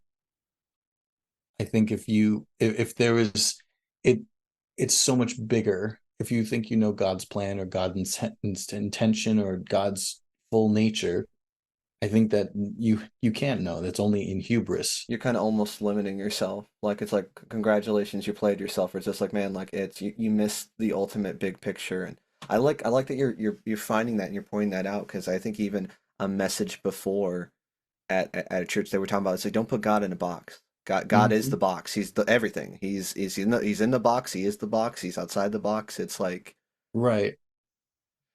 so, well, and and and I think that's where it gets so difficult for, I think, both parties, because it's Hmm. like we are ultimately, because, and I think that's, I mean, I'll tell you, that's why at least I follow Christ, or I follow God, is because I am ultimately a failure. I'm not saying like that as like a very negative way, but just like, I will drop the ball. I will judge. I will be petty. I will be selfish. I will want to say I'm going to make the right decision, but there are times where I'm weak and I don't. Hmm. And that's why I follow. But it's like, at the same time, as Christians, I do feel like we have a kind of more of a, we really have to hold ourselves to a higher standard. We cannot proclaim divinity or forgiveness and then not Yeah. show it. It's like we just look like the biggest hip. We look like the exact same thing people think we are. Just dumb, stupid Exactly. hypocrites. Exactly. So, And then you can see why, from that perspective, people would be like, nah, all that religious stuff can kick rocks, dude. oh yeah, absolutely. It's Um, just it's that's my fear though. It's like, it's because of that mentality they have, that they're missing on the bigger picture of what God can be. yeah. Because I see people like just throwing themselves into like their career, their drive, their art, or it's like they're throwing in the thing that think that's going to save them, No, and it's then an they feel escape. just as empty It's as an when they escape. started. It's escape from the feeling. It's not actually a solve for the feeling. Right. So, But heavy stuff, dude. This is, I yeah, mean, it is. I guys. was I was talking to someone recently who is Muslim, and I was saying the same things I'm saying to you, the same things you're saying to me about like how you see your faith and how I see God. And I was saying these same things, and he said, I mean, dude, you're a Muslim from what it sounds like. Mm. And I said, and I was really intrigued by the fact that that's what he gathered from it. And so he said, you should come to mosque sometime. Be careful. That just sounds like a Islamic car dealer owner. And, Like, he, hey, and you know but what? You'd look great. but he said no obligation, you don't have to Mm. come, but I just think it seems like something you're interested in and you've talked about it. And I was like, word. And Okay. so I do want to go. I want to see. He's like, and it might just be interesting to hear what the speaker has to say. And I was like, it probably would be interesting. It's kind of intimidating because there's like certain, I don't know, it's like a Zumba class. There's certain moves you do, in the prayer. And I'm like, I don't want to. I don't want to face the wrong way and found I'm Yeah, flipping off dude. God, on the prayer I mat. like, and of course I have no idea what I'm talking about, but like I don't want to be standing when everyone's kneeling and kneeling when everyone's standing. And That I sounds was like me like, at like a Catholic church. That's the same thing. I'm like I don't want to again like I kneel when I'm kneel at the right time. And what's funny, and I'll tell you this though, I feel like people in Muslim faith, I mean, dude, they're hardcore. Like not even just like I'm not saying anything like they're extremists or this that anything, but just like the devout Muslims I've seen, the fact that they can get up every morning and pray four and times a day, I believe. yeah, I think so. And then just like watching what they eat. I mean, I just respect. I think, and if you can generally put your faith into something and follow it and be a good whatever that is, though, nothing but props to you. Because like Yeah. I don't know, it just not a lot of people can do it. Not a lot of people do that. So definitely no judgment here if you decide to go the path of glorious halal. Allah? Allah. Yeah. Yeah, Allah. Okay. I was thinking of halal, which I think that's clean, halal right? Yeah. halal has a certain kind of cleanliness in terms of I don't know if it's just food Yeah, or if it's I th- other I think things I too. think it's just the thing, like everything, and like that thing, that culture, Halal is a concept. It's not, yeah. yeah, it's not just a, yeah, I think halal is kosher. Yeah, okay, I think that's I a. think that's a parallel. I'm gonna laugh if we're like totally both wrong. We're just people like freaking Well, idiots. Don't you even know, know. Don't even yeah, like, know. yeah, you're uneducated, Swine. non-Muslim. I Yeah, know. I swine. just yeah. Sure. There you go. Well, Oh, now I'm so gonna jump into traffic again. oh my God, no! Get this, Nick. I'm just save you. Uh, Come on, uh. dude. Just go to my youth group. Just drink my Kool-Aid. Just let's be Mormons. We can have like multiple wives. Come on, let's go. But Utah's a really beautiful place too. dude, I've always wanted to go to. I think it's like Mount Zion. I think that's what it's called. Zion is one of Zion, the yeah. most gorgeous places you will ever see on planet Earth. And I've only seen it in video games. There's like I don't know if you've ever played the Fallout games, but one of the No, but if anything, he's the my guy I gotta roommate have on plays. here. I'm like, oh bro, let's talk about video games for an hour. But no, they have that map where it is that, and I mean, granted, it seems silly to compare it to a game to a real place, but I've seen the pictures and it looks like It's insane. it's And to beautiful. be there, so here's one thing. Zion's going to be gorgeous no matter where you go, Hmm. but if you go to the top, it's kind of rough. I did it in some pretty it was kind of difficult conditions. But I backpacked across the country in 2013 with a few guys. Okay, all right. Yeah, it was a jumping. Isn't it funny that it's like crazy? I went to Zion and saw this and stuff, and I was backpacking and having this beautiful adventure. And it's still like a year and a half later, I was like, I'm gonna kill myself. It's just so weird how like the ups and downs, and I feel like that's part of what makes it more frustrating, is that process is not just like, all right, I had this and then I went down and down into the valley and then I came back up and now I'm on the up and it's just gonna go up. And the nonlinear progression is maddening. Yeah, it's frustrating, man. It's very frustrating, and But it's humbling. yes, it's frustrating and it's humbling. It's and funny, and I think we can segue back to the story about kind of like what happened after. So it's like Mhm. you went to therapy, you started seeing, I'm guessing success, or you're at least like, well, I'm not in this sad, or did you just go back on the meds and you're like, well, I'm just numb now. I'm not suicidal. I just don't give a shit anymore. Like, Well, so what happened? the meds of no medication has ever made me like yeah, I'm completely numbed out.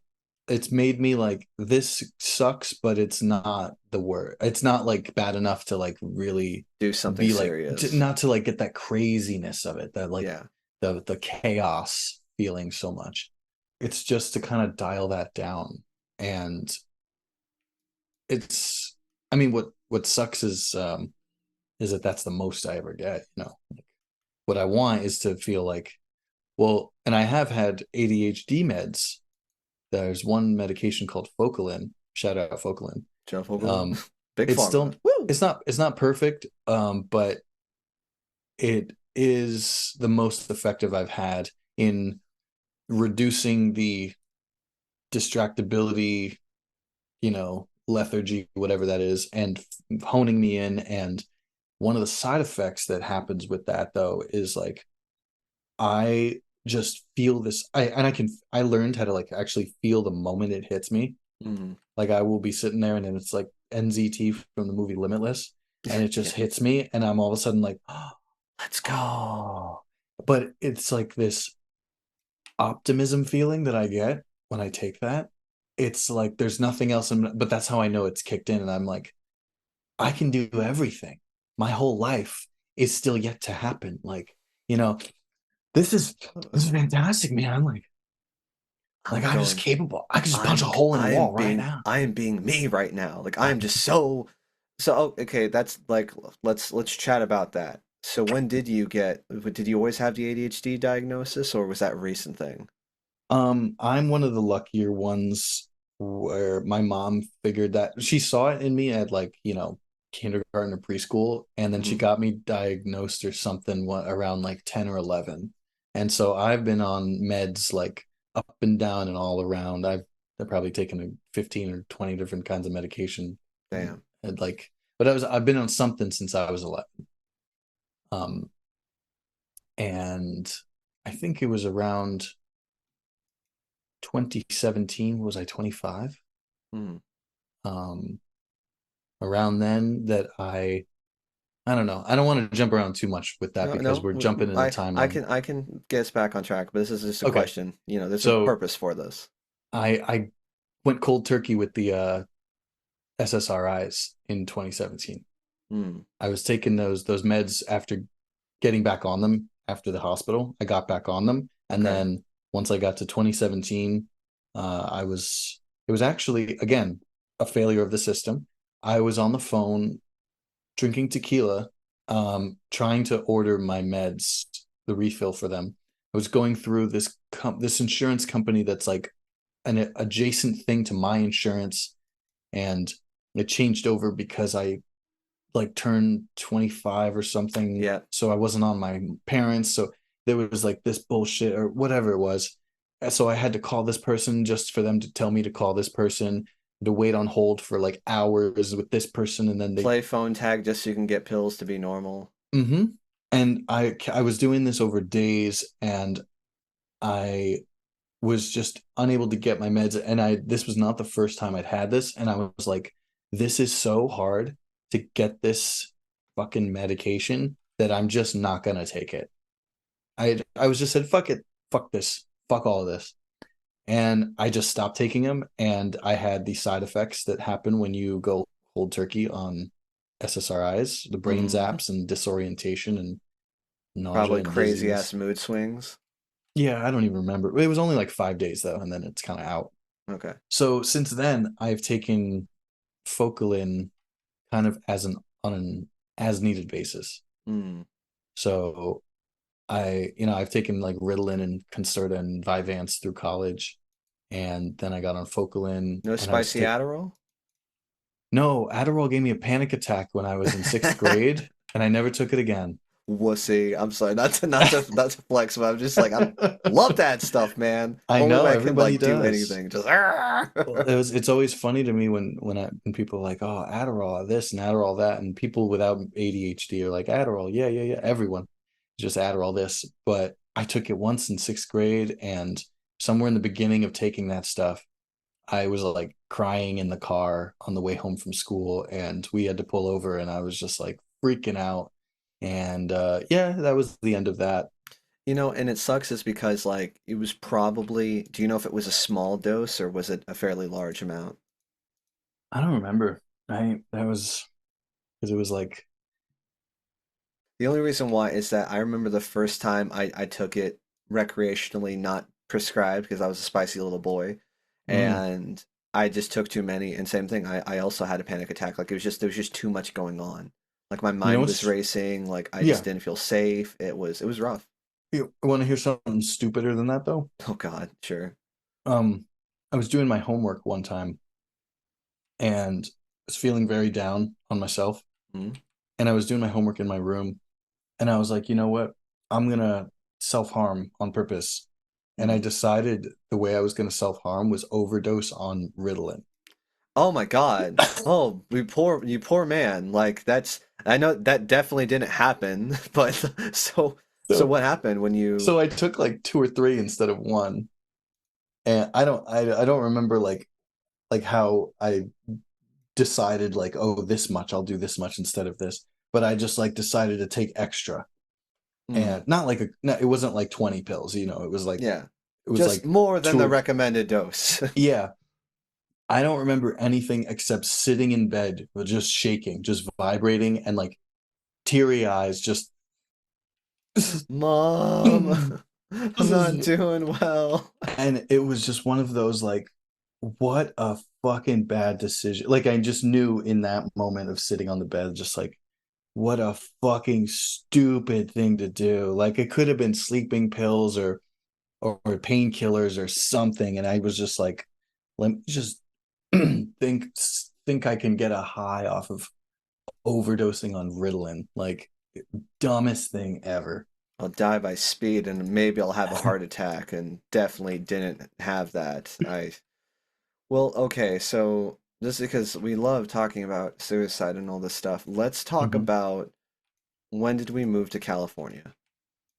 So um I'll make this quick then. The the general failure of living in New York City for a year made me come to the conclusion that I should move out of the city so I could move back upstate with my dad. Mhm. Back to Um, Warwick? yeah, it was the town next to Warwick, but basically Warwick. So I could move back to Warwick with no prospects, which just sounded terrible. Or I could move to Arizona with my mom. Hmm. And she lived in Tucson, which had a lot more going on. So I actually asked her recently, I was like, why did I go to Tucson and leave everything I knew instead of going back to dad's? And she reminded me that we decided there wasn't really anything going on upstate. So there was more opportunity for me out there. And I said, okay. So I lived in Tucson with my mom for a year after that. Okay. And that caused me and my girlfriend at that time to break up because that was finally the amount of distance that was too much. Yeah. She So was wait, going to this was school, the same girl same you girl dated throughout bro, okay. for 3 years. Yeah, we were together. Man, good on So you. But so that was tough. And yeah, I did a couple odd jobs, but I was in conservation corps, which was one of my favorite jobs. Um, is that when you're kind of like you're just picking up trash on the side of the road or like you're like just doing miscellaneous projects for America?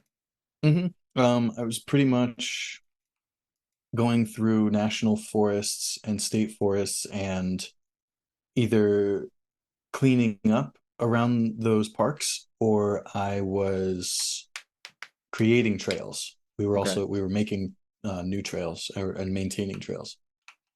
So that Sounds job was fun. cool, but it was seasonal and it was really low pay, and because it was a Lame. stipend, it wasn't like a Yeah. salary. So yeah, I found a new sort of relationship while I was there, and then during that time, a couple of the guys from the band were like, okay, yeah, because the band is absolutely inactive at this point, and we were all getting together and we're like, hey, where should we pick this back up again? Hmm. Where do we want to do this? And how many like was this like a couple of years or was this just only a year of you guys being broken up where you're like I don't know. Like how much time was there? it was between? probably like 7 months into me living in Arizona that we started discussing the future of the band Because that's again. crazy that like, because I again like just to think that your band, I would just think again it wouldn't, it shouldn't have lasted as long as have it Right. should have just crumbled and fumbled, but like by the Yeah, grace of but God, we're still this is what weeds out most creatives, at the it's not that they because we say that we are lucky in a way that we found this kind of calling, and that's kind of guided us because a lot of people have not either had the opportunity or taken the opportunity to find what they're really passionate about.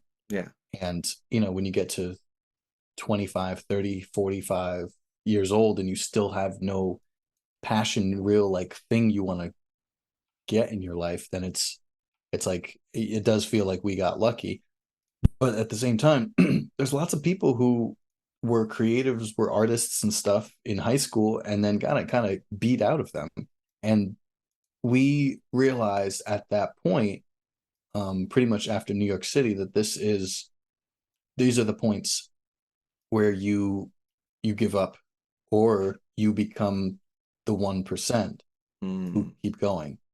And you can't succeed if you don't try. So it's like amen. if you ain't playing the game, then you're not winning the game. You can't win it if you're not in it, like You you ain't know. winning it if you're not in it.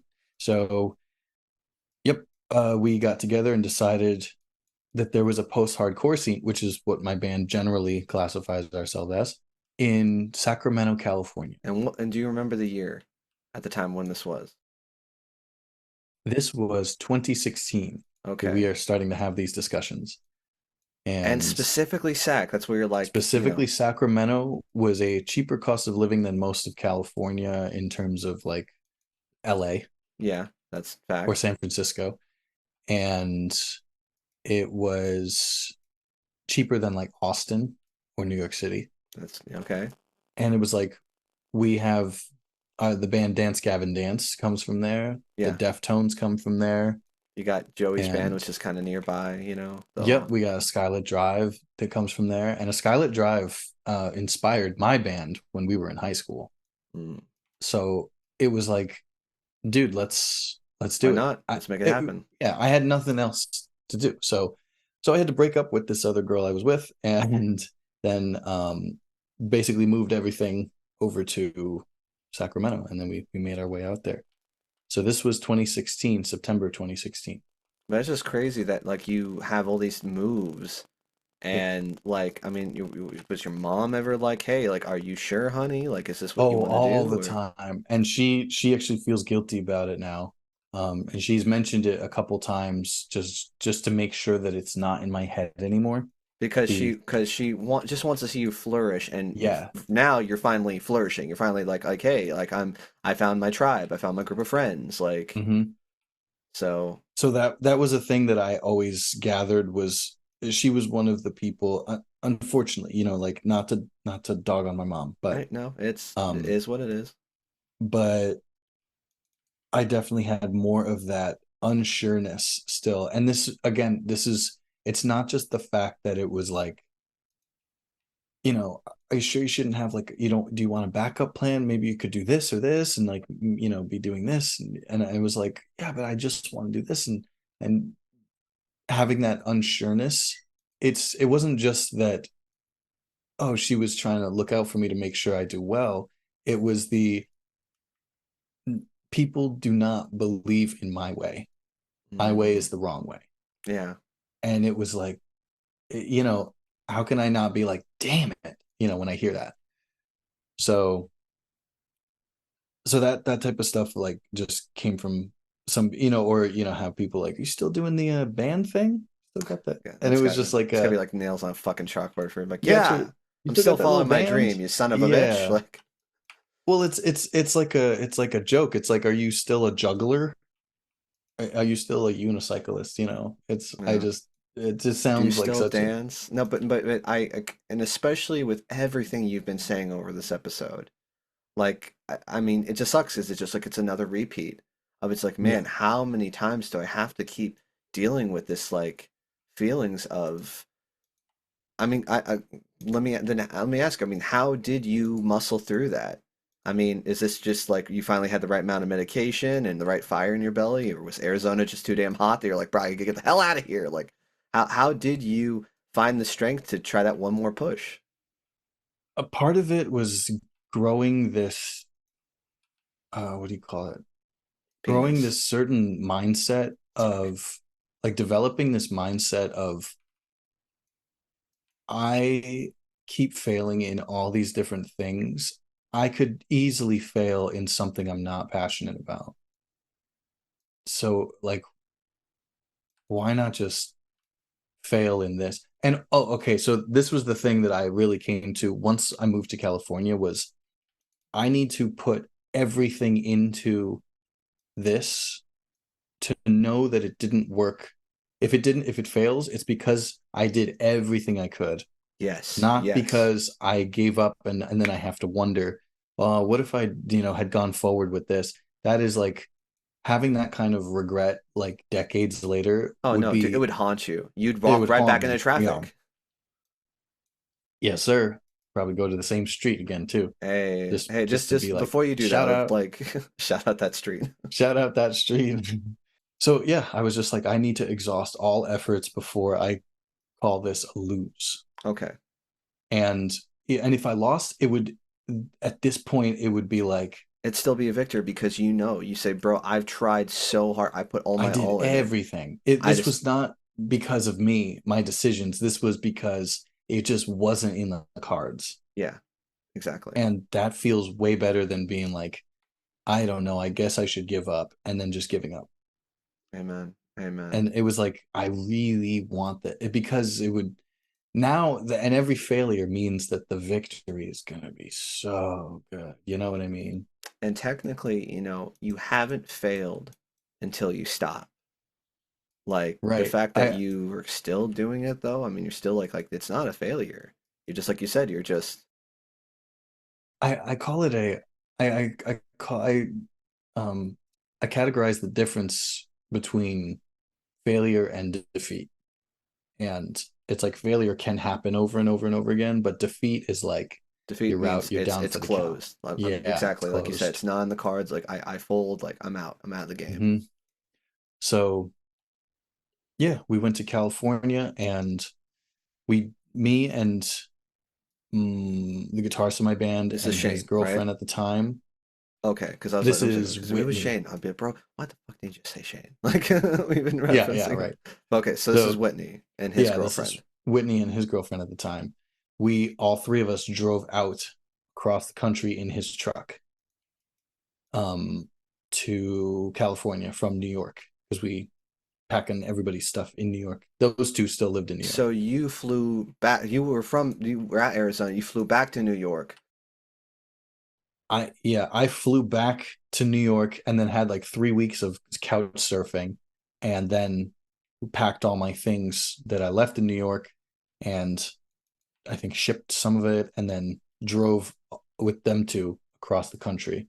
How? Okay, two questions, Mm-hmm. and I know it's we have ADHD, so it's difficult. Because you're like, damn it. Like, okay, first question would be is when you went back to New York, was this kind of like this air of oh like did you either have that moment where you're like, man, I miss this place, or like, man, I made the right decision to get the hell out of here? That's the first question.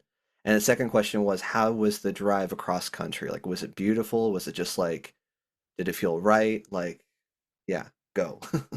So first question, first answer is no, I definitely missed it. I was like, man, this is it's weird because it's like it's not my home. I don't have a home.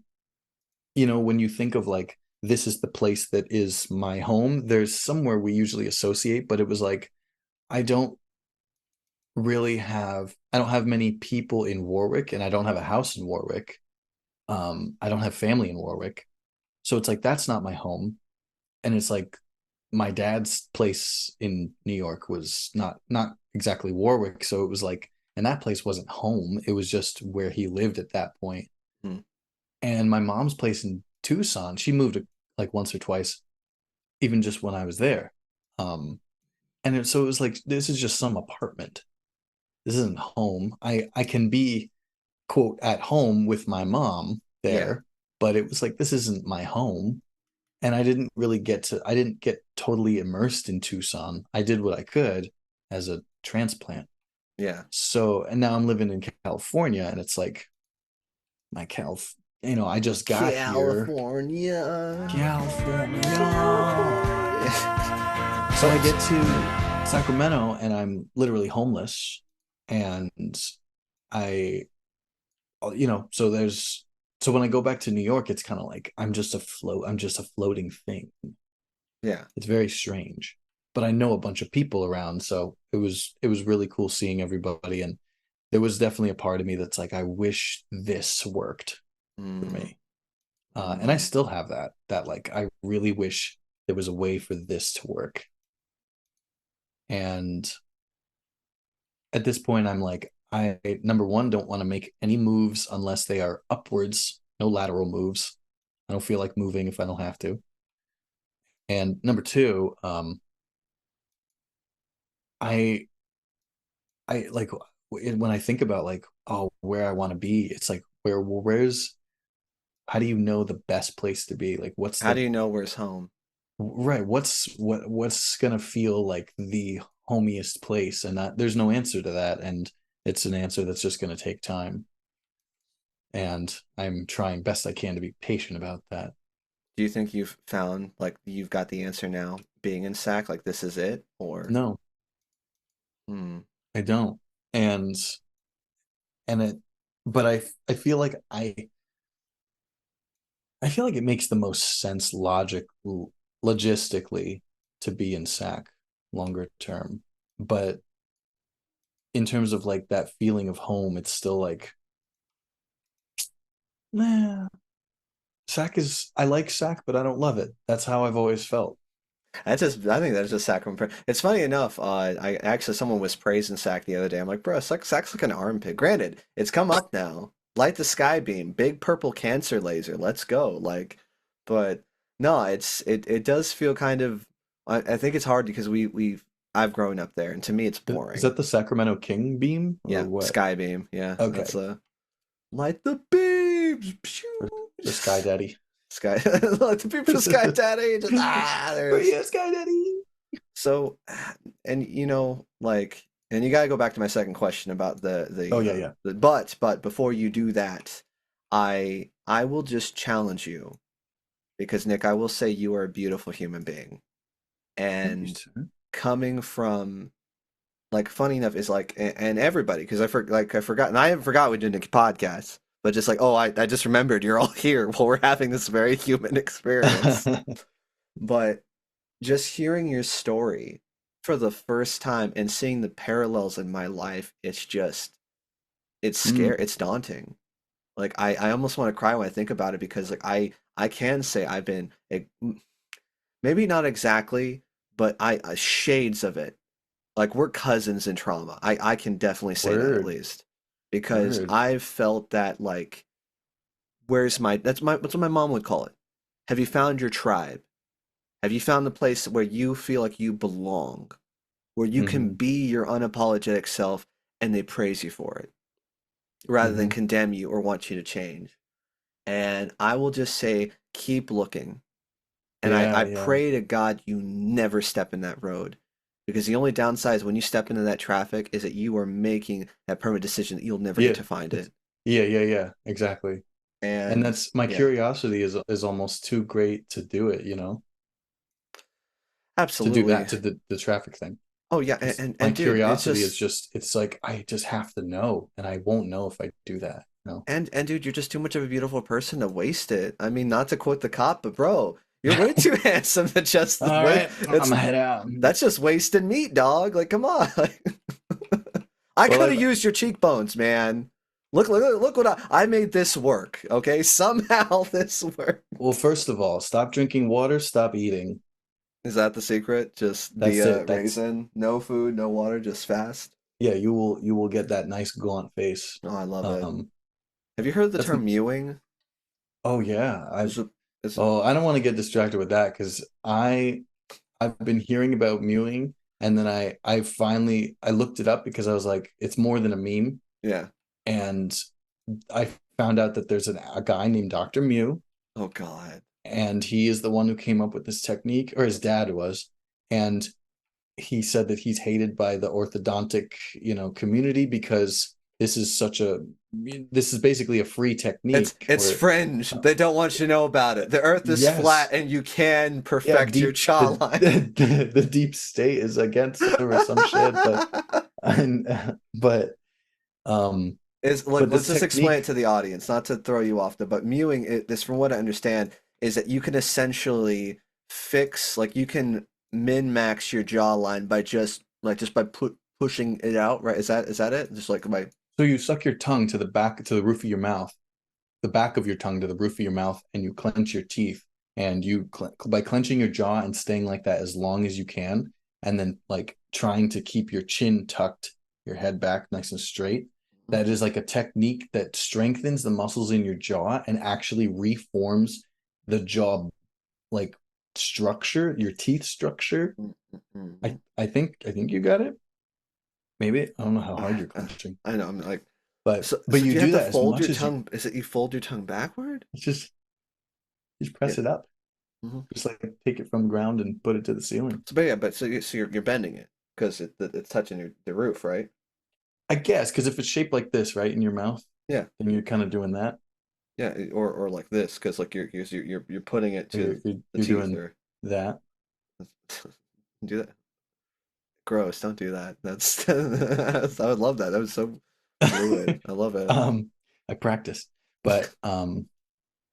but yeah, mewing. Apparently, there's Dr. Mew who's talking about this now. His dad died, and he now has a documentary on Max that just came out. This Oh is brand God. new, and it's about like how he was, what is it called, vilified, and he was Big Pharma came doesn't up want with you to this. believe. It's yeah, and how this technique has helped so many people, and how it's like groundbreaking science and shit. I'm gonna watch it. I'm definitely gonna watch it. Watch it. Let's talk about it. Yeah. I'm just gonna, and forgive me, I'm gonna be judgy. I'm gonna just, maybe it could. It's just that I'm gonna put it in the same category as bone mashing. Have you heard of what that is?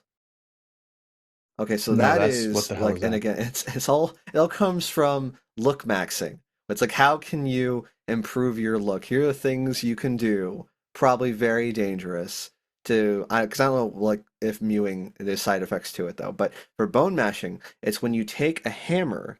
It's like you take like a little rock hammer, and you essentially like tap your face to get to the point where like you can have your bones like break and then mold in the way you want it to. What? And I can't tell if it's a meme or if people are legitimately doing this though. But I mean, like if you look It's up probably bone mashing, both. you'll see things, and I almost feel No. bad sharing this information with the world. With like Oh mewing, Lord. bone maxing. Oh no. Yeah, just dude. What a time we live in, man. Just it. We live in the most interesting time. That is, I think that is something to strive for, is like, even if you don't have a purpose or goal in your life, why not? If you can't deny, if you were born as a millennial, you were born at the most interesting time of the fucking world. Hmm.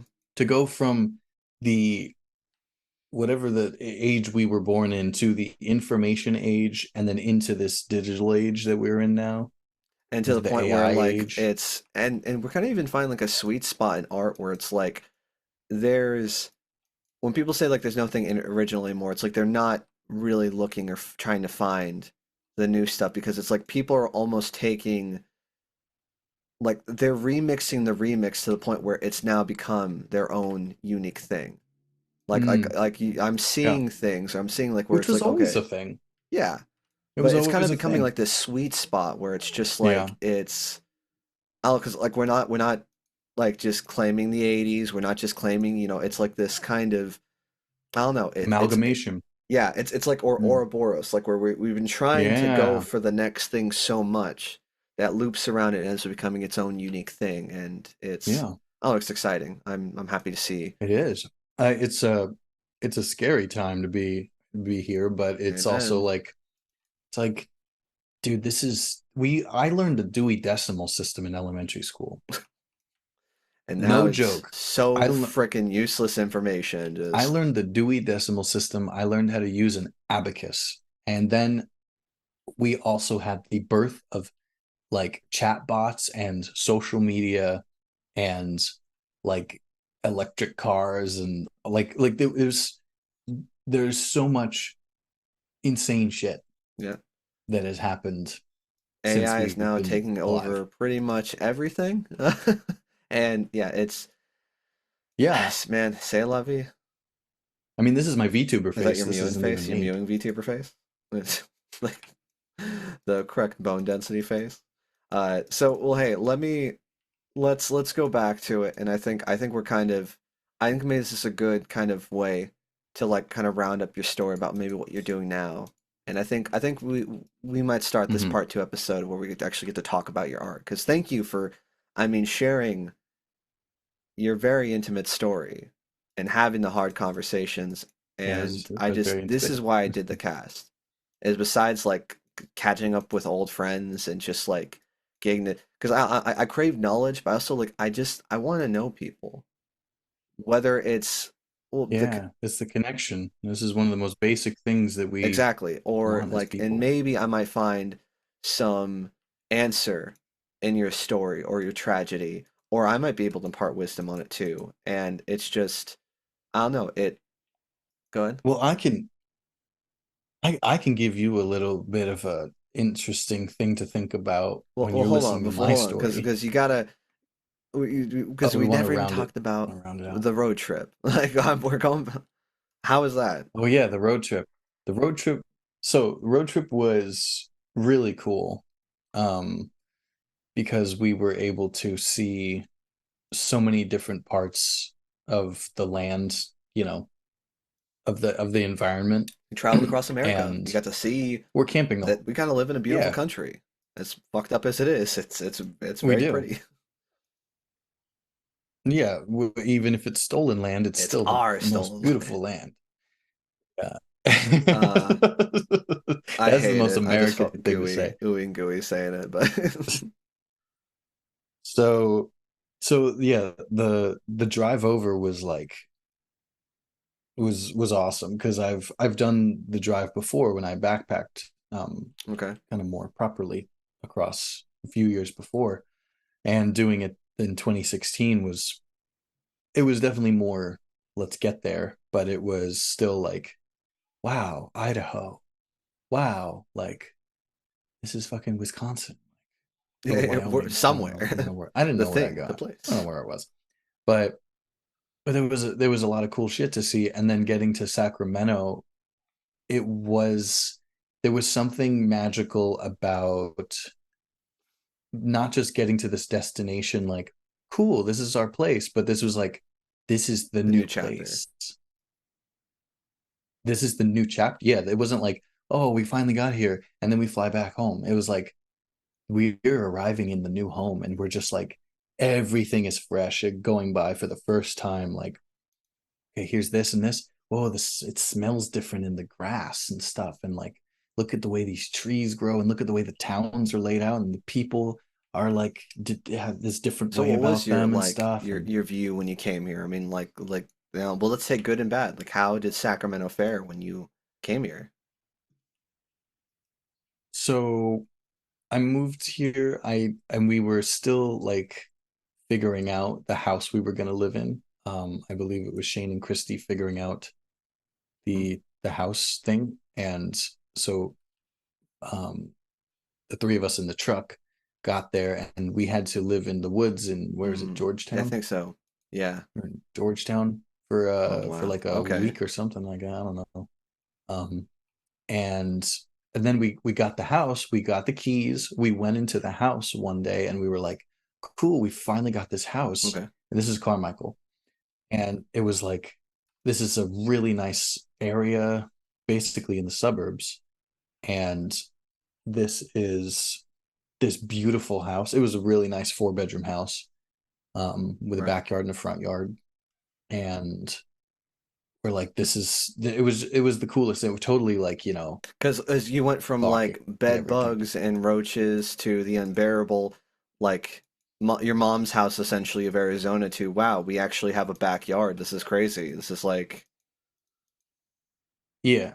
And I think a couple months in or something, my mom and sister came out, I think probably to mm, move over some of my stuff and to visit. And it was like taking a picture in front of the house with, your son who just like got this 4 bedroom place like in California. It's like it's definitely a proud moment for us.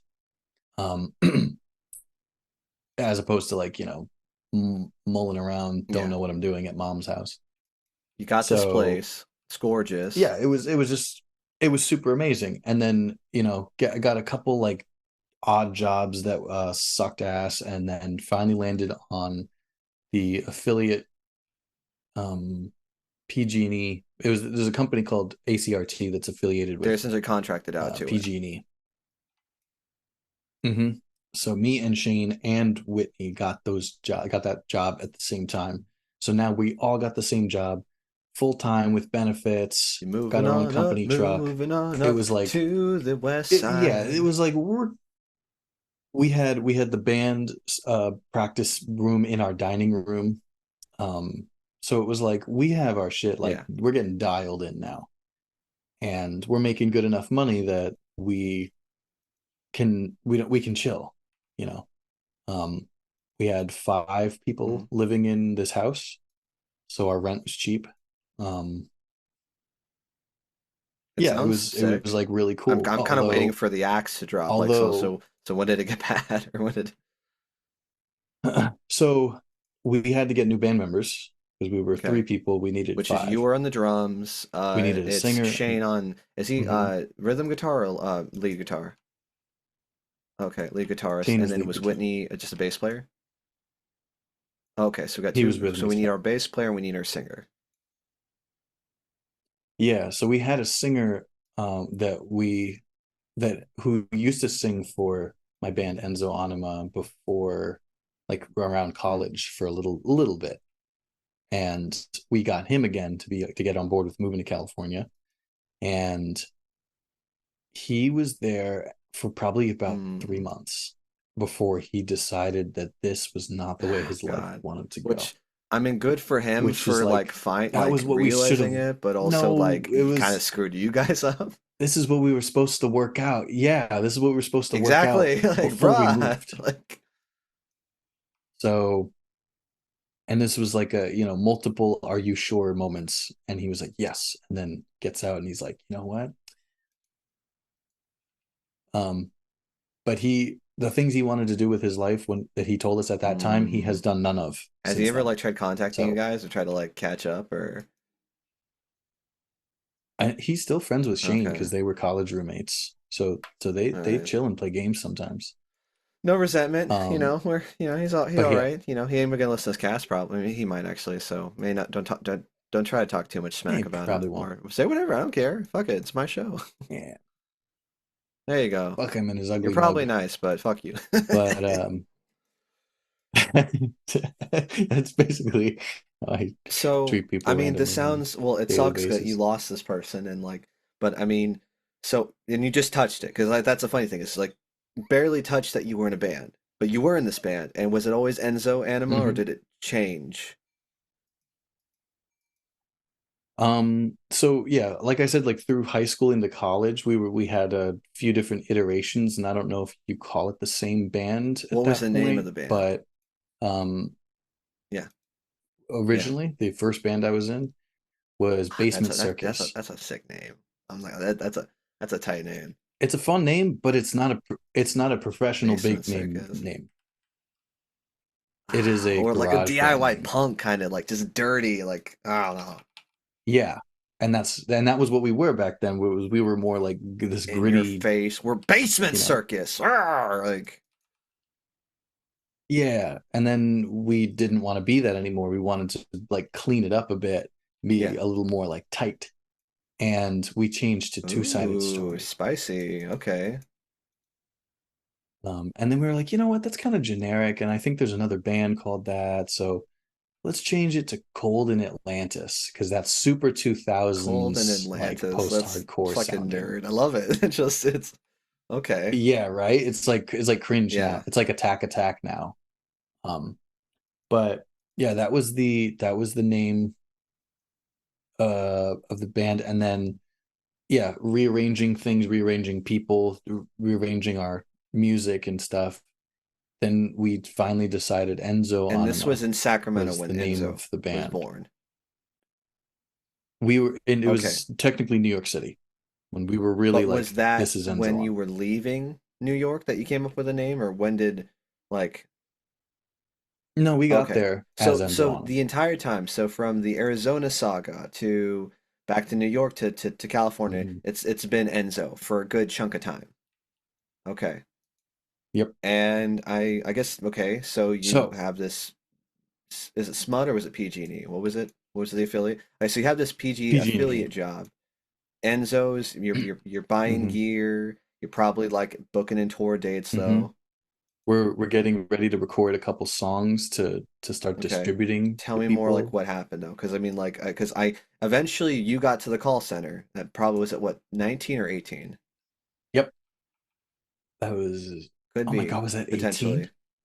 Okay. No, no, no, it was 19 because I was there for less than a Yeah, year. when they And in dicked you for 2020, pay or vacation. shit The canned. the boss fucked me, but but keep going, keep going.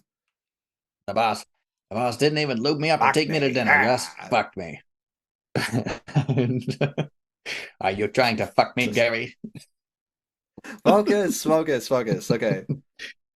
I You have. seen Team I'm not America gonna come though? in your mouth. I'm not gonna shit in your face. And I've No, nobody wants to suck. No, nobody's trying to make you suck that dick. All right, now suck Opes my dick. podcast, everybody, where we talk about suicide and random puppet movies from the 2000s, made by guys from South Park. Fucking A, dude. That's this cast has got everything for everybody. It's we're a variety cast. What can I say? Hell yeah. I don't want the Okay, fucking so responsibility. we got the affiliate jobs. You're Um, buying gear. You're getting prepped to record songs. This is probably like what 16, 17. this is 16, getting end of 16, Okay, going into 17-ish. Um, Now mind you, okay, here's the downside part of this series. So, um, I had just broken up with someone right. to move to California. Um, I was starting to process that I sort of that didn't go Like, how is how it it that should have gone. you should have It ended was it like a differently, or or is it more like you're afraid that you might have left a good thing? well, it was, I did leave a good thing, and I knew I had to.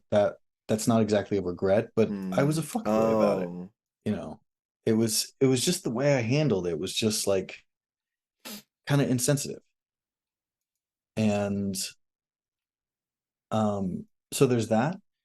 There is the fact that we have no real friends outside of our house.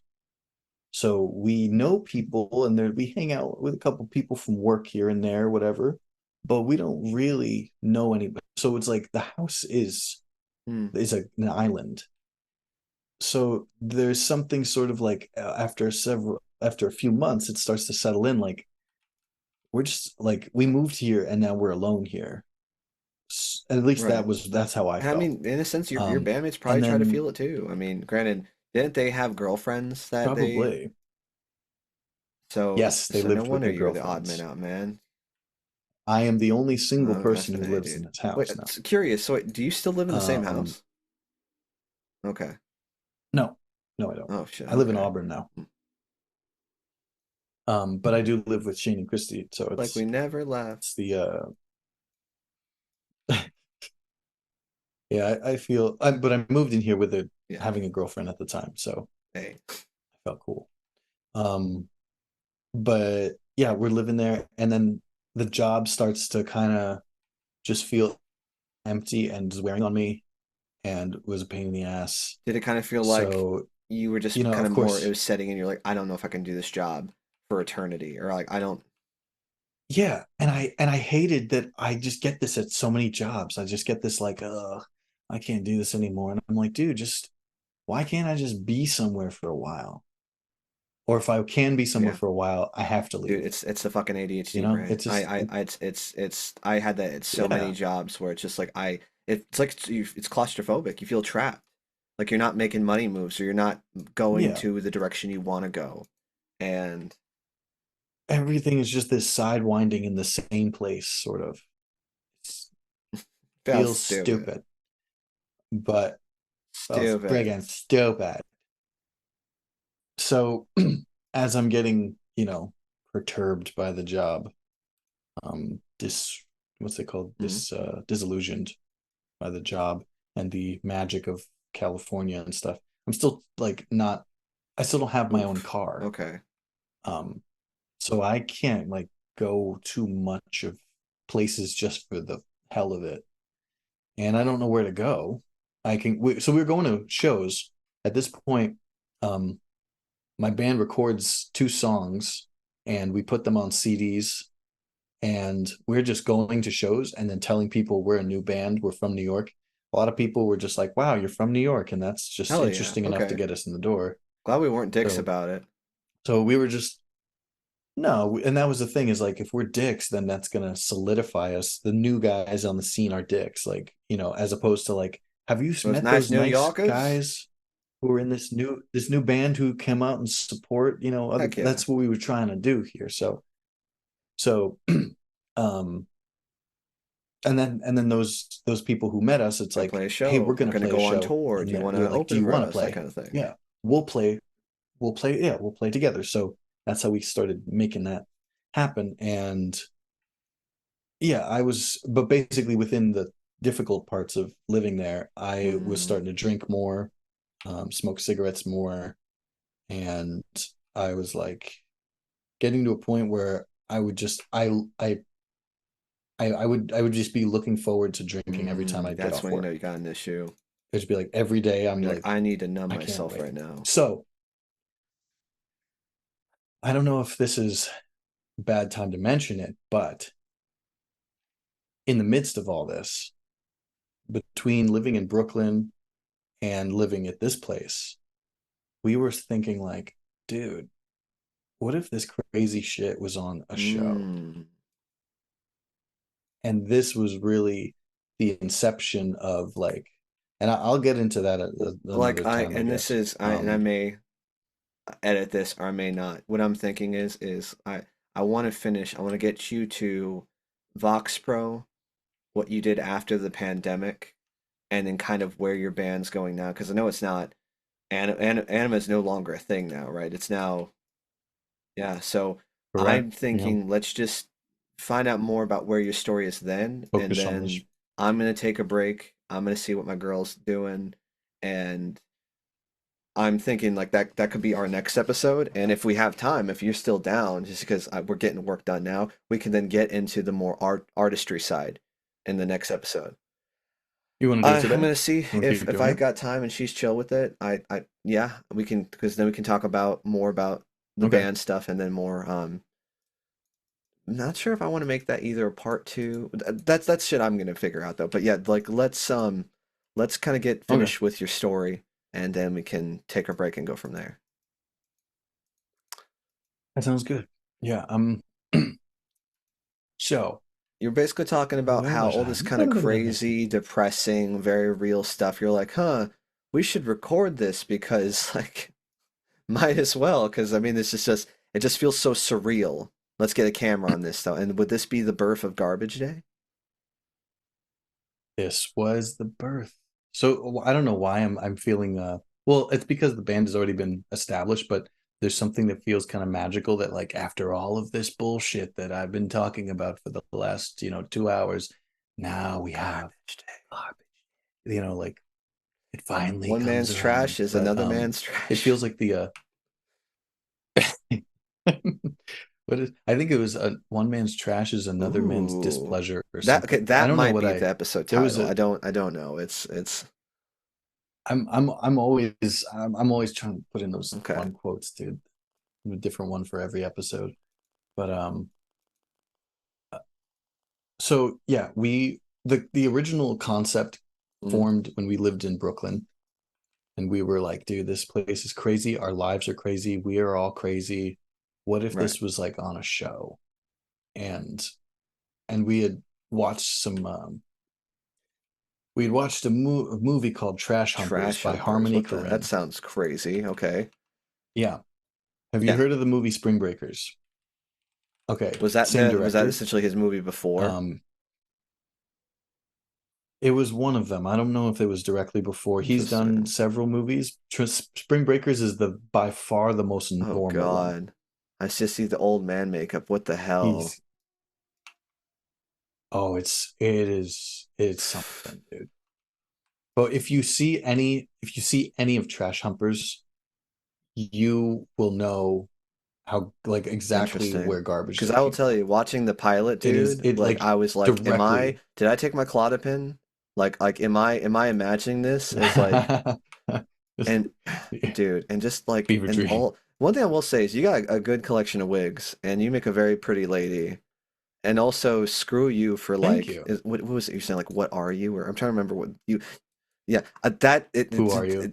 after the seventh time, it What did just it that do made to me what did that do for you? at first it like kind of became annoying. Exactly, it made Because me it's uncomfortable because uncomfortable. I'm like stop asking because like I didn't question this before. This is not something I was worried about, but just like Right, but right. let's hey we're getting a like so but because I will say this Yeah. and I'm talking to the audience So like this we'll get into garbage day a lot more in the next episode. So stay tuned. Whether it's on my Patreon, not shout out. By the way, we have a Patreon if you want to freaking support the motherfucking channel.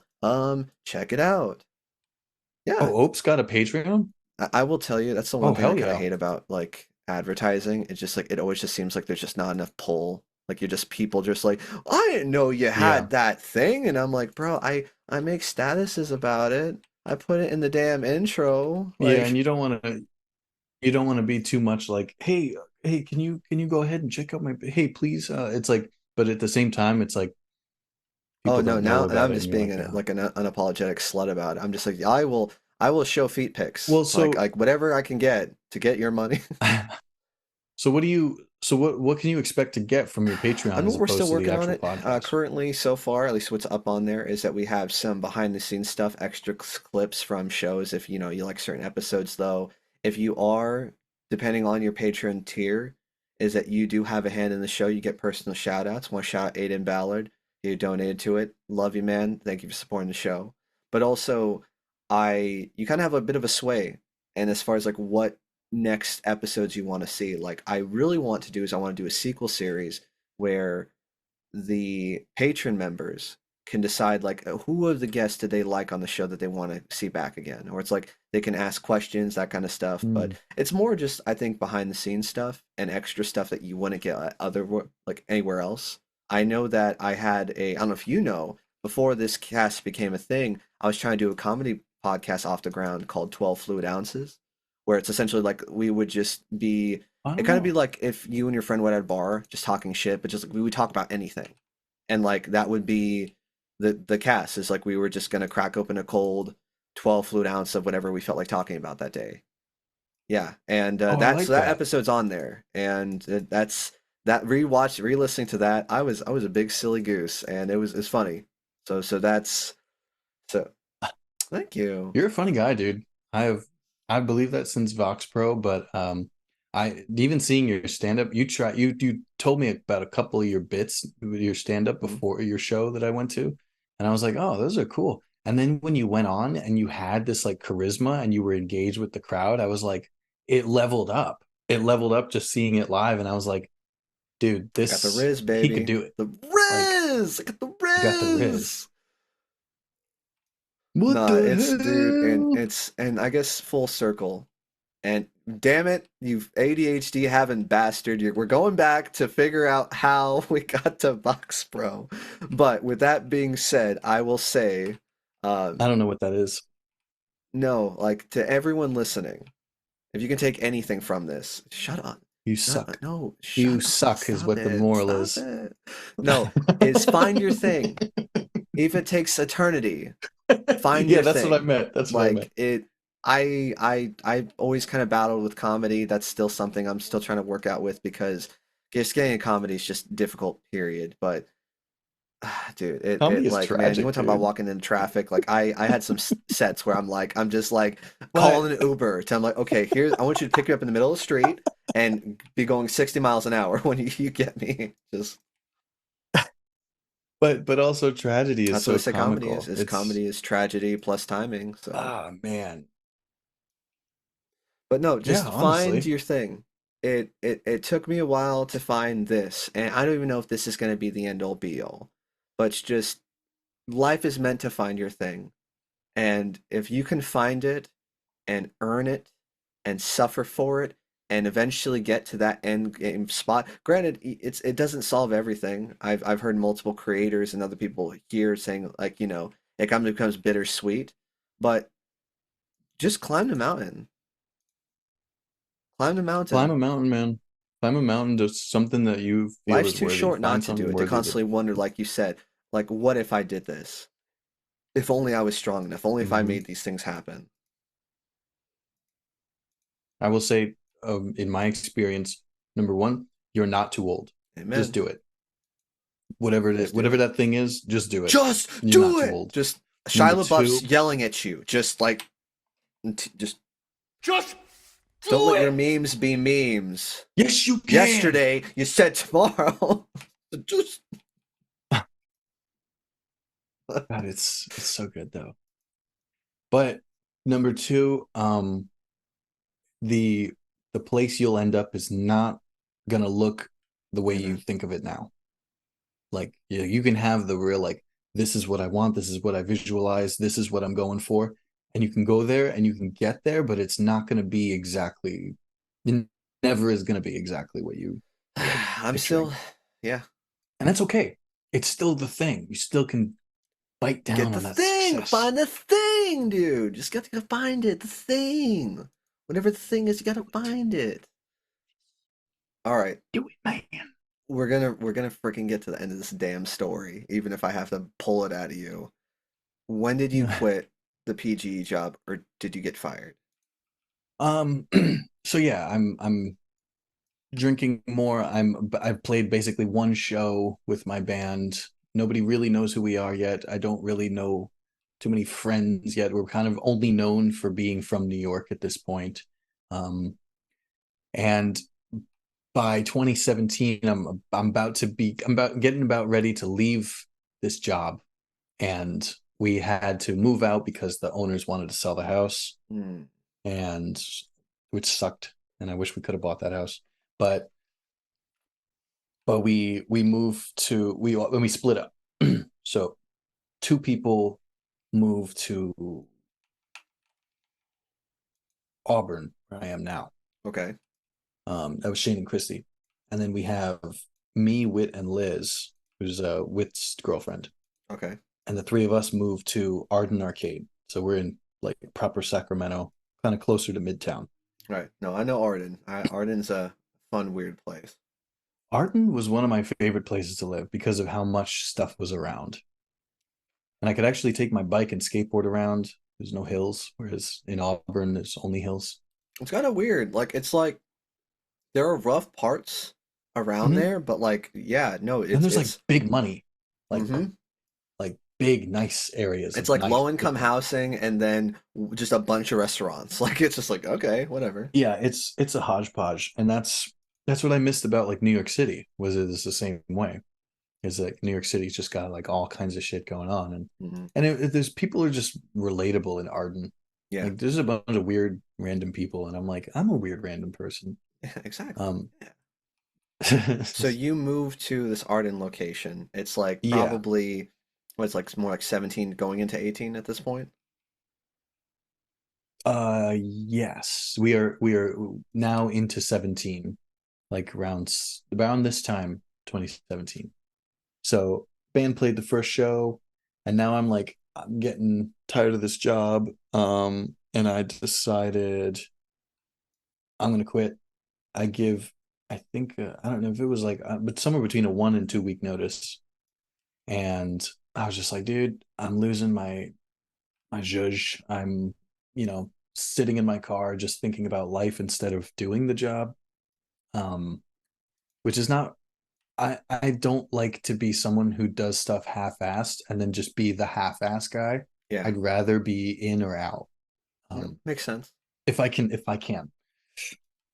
Sometimes it's not that simple because you know we all need money and we can't just find a job instantly after one job. So you got to stick it out. But at this point, I had saved $4,000, Okay. and my rent in my new apartment, because it was a two-bedroom split with three people, I'm paying $330. Mm. So God, I, just a shout out to fucking inflation. Like, kind of like just imagining like that granted, was this is cheaper than normal.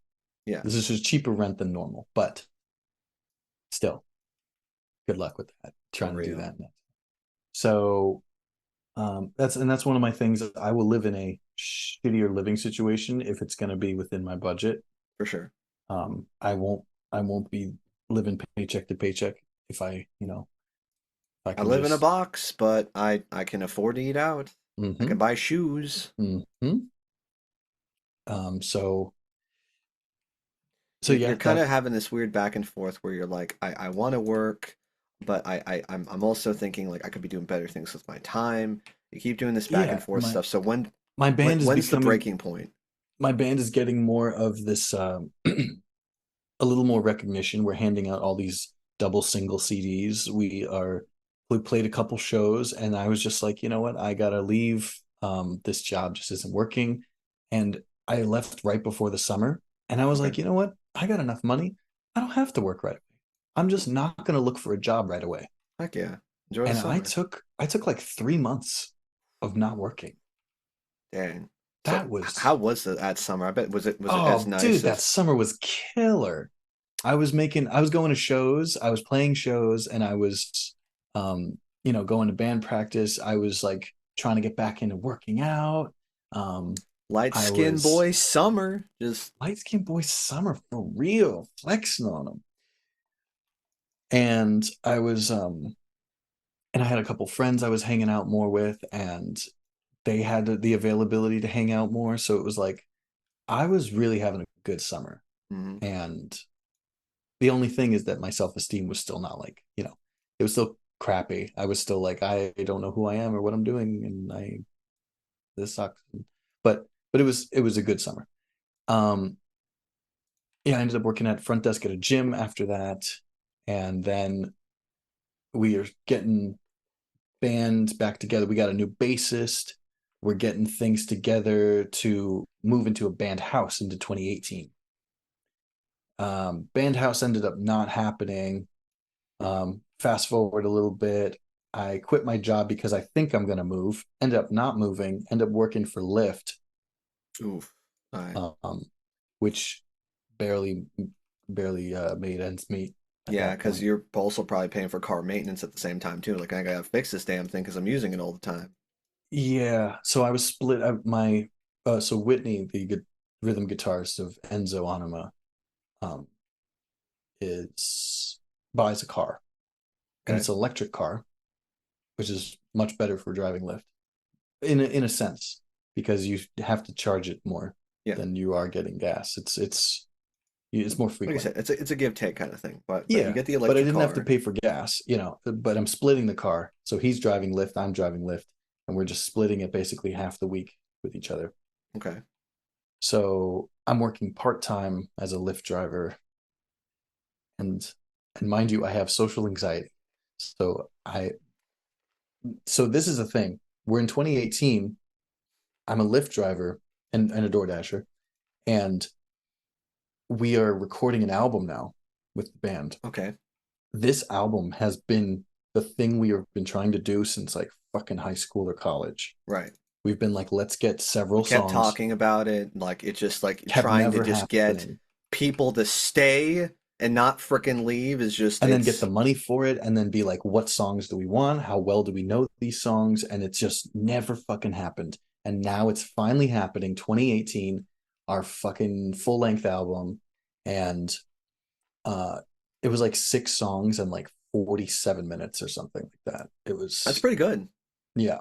You're essentially a prog rock band. So you just Yeah, basically. So we go to the recording studio for 10 days and sleep there in Fresno, okay. Fremont, one of those. I don't know the difference. But yeah, we stayed there, recorded this. We have a band vlog at this point, and we're recording the studio session and everything and leading up to it. Okay. Things are That's going like fun. pretty, they're moving. And by the time we get to like towards the end of 2018, we're doing the album release show. It's finally mixed and mastered, and it's ready to distribute with the whole lyric in with the art album art insert on the fucking thing. Like we got the whole. We have stickers at this You're point. you're getting to the point where you're like, dude, we're legitimately becoming the band. Like it's finally coming together after. Yeah. Oh yeah. I've just however long. And basically, instead of being like, oh, I'm so excited for our success, I'm just terrified because the pressure has Mm, never been higher to just do everything right.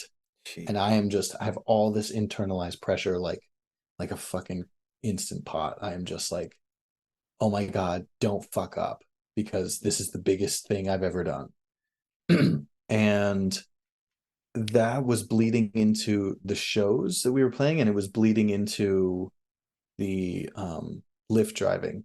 So now I'm getting social anxiety from having people in my car.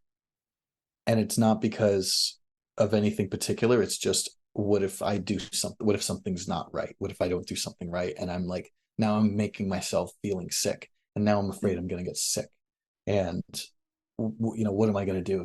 Blah, blah, blah. um, so that was crazy. We eventually go on tour. We did a 3 week tour on this album.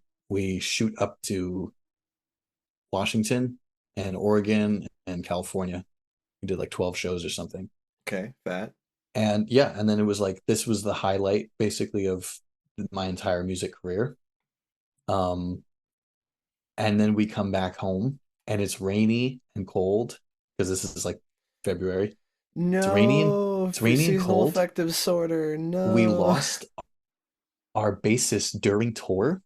He quit the band during Oh my tour, God. not after tour, during tour.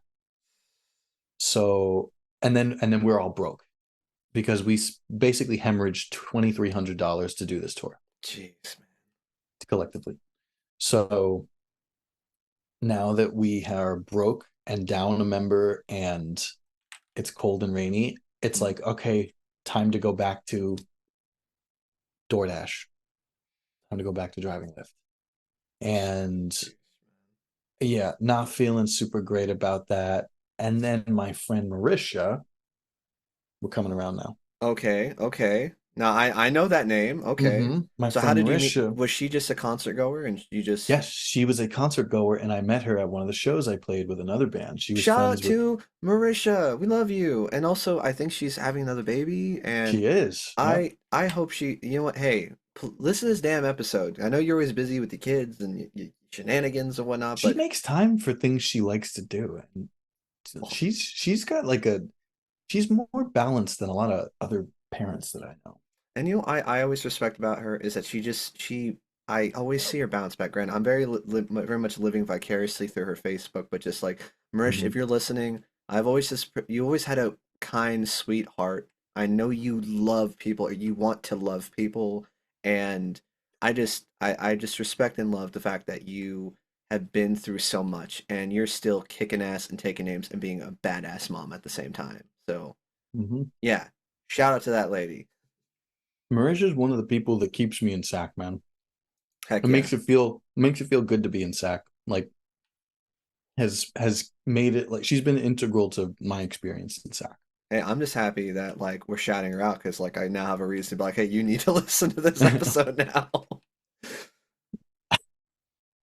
Anyway, um, You meet her at this show, all this I just mean, shenanigans is happening, and does she tell you about her job? Is that what?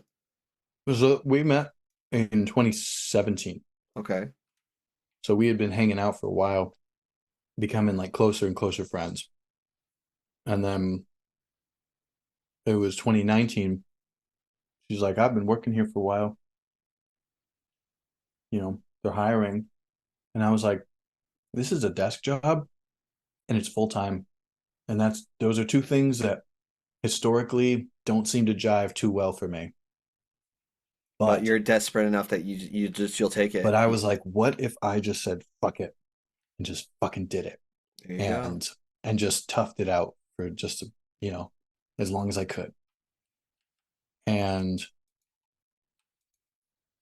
um yeah, at that point I also had moved into a new place.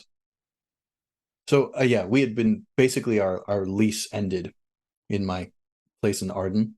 Hmm. Um Partially for filming Garbage Day. We were sort of being kicked out because of Garbage Day. Oh, That's like that's were they watching the vids and they were like, okay, I don't They like were what you're doing watching in us our shoot house, it. or We were shooting at mm, in the courtyard, okay. and there were a couple things I think they just did not like, and they were like, we can't like evict them, but we can terminate the month to month lease. So Mm, um interesting. yeah, that we'll touch back on that in the Garbage Day part, but the yeah, I had to move in a new place. Rent was more expensive there, and I knew I needed a better income. And I was like, this is being presented to me on a silver platter. It's going to be 16 an hour. It's going to be full time. It's going to have benefits. Let's do it, man. I can Let's actually meet some new people. I was like, I ain't about desk jobs. I don't really like full time work, but I'm going to bite the bullet. And I did it. Now I'm working at Vox Pro. Now we're full circle. Full Now I circle. see this pretty boy Ouroboros. douchebag that like looks like his big dick swinging around the office, and come to find Yeah. out it's this Little dick. amazing. Talk. Turns out it's little dick. Shut up. Amazing, sensitive, kind, caring person that I got to sit next to, and I got to know more. And I don't know, but it's like now that I'm here, knowing from where we came from to now where we're here, like I don't know. I It's kind of crazy. regardless of whatever you believe me, I know for a fact God put me next to you because he's like, hey, you want to like I'm gonna put you next to somebody that you don't even know how much alike you are. And Yeah, that did happen. and then of course to kind of not to take over your story, but for the rest of the audience though, we then got fired because of the pandemic. I The decided, whole well, branch. technically, yeah, just everybody, just we got Everybody. Thanos snapped right the Yep. hell out of Yep. the call site, and that's when my wife stepped in and she said, hey, kind of like let's do something crazy. Let's see, where we can go, like where we can go to, or where we can potentially grow. Because I tried Arizona, I tried New York to kind of paraphrase what you've done, and Wait, I you don't. did? No, no, I'm sorry. Just I was more referencing it that like Oh, I've, you had your New York, you had your Arizona. yeah. I was gonna say that's crazy if I've, you lived I in know, both of those dude, places. bro. Like I'll be like, I am you. Like I don't know what happened, but but no. And now I'm here, and well, let me ask you this. You mentioned, okay, I think this is a good kind of roundabout way of just like, you mention your bands. Don't worry, guys. We're gonna kind of touch on more band stuff, more art stuff in the next episode. Please stay tuned. But for people who either want to check out your music or get to see what this thing we're talking about, Garbage Day, is, or kind of know more about you, I mean, how can my audience get to know you or uh, hear from you? How can they contact you? Um, Several ways, man. Um, what are we talking about? We talking about Just me? I'm yeah. This like is this okay? I know, but this I'm is gonna like I'm gonna say I'm gonna edit this, but I'm not gonna edit this. This is where I guess you'd plug your Instagram, your Spotify, where you want to make music, your Facebook. Like if someone wanted to either hear your stuff or check out your stuff, like where would they go? so we haven't gotten around to my current band, but my current band is called Subtlety. Um, That dude. Like I will say, clutch names every time. Yeah, Like it's just that's a good one. it's exactly it's subtle, but it's also it's not because it's So it's funny that Enzo Anima was friends with Subtlety in we played our first show in Sacramento with Subtlety. hey, And Subtlety was on the bill and we thought they were awesome and they were really cool guys and we had seen them and played with them periodically through this in the scene for the next few years okay. and uh and now we're with them. Now we're in. Now they're here. And So so what kind of sound, because we kind of touched on it a little bit, like is it still kind of like post-hardcore or like what's this band sound like now? this is more pure post-hardcore.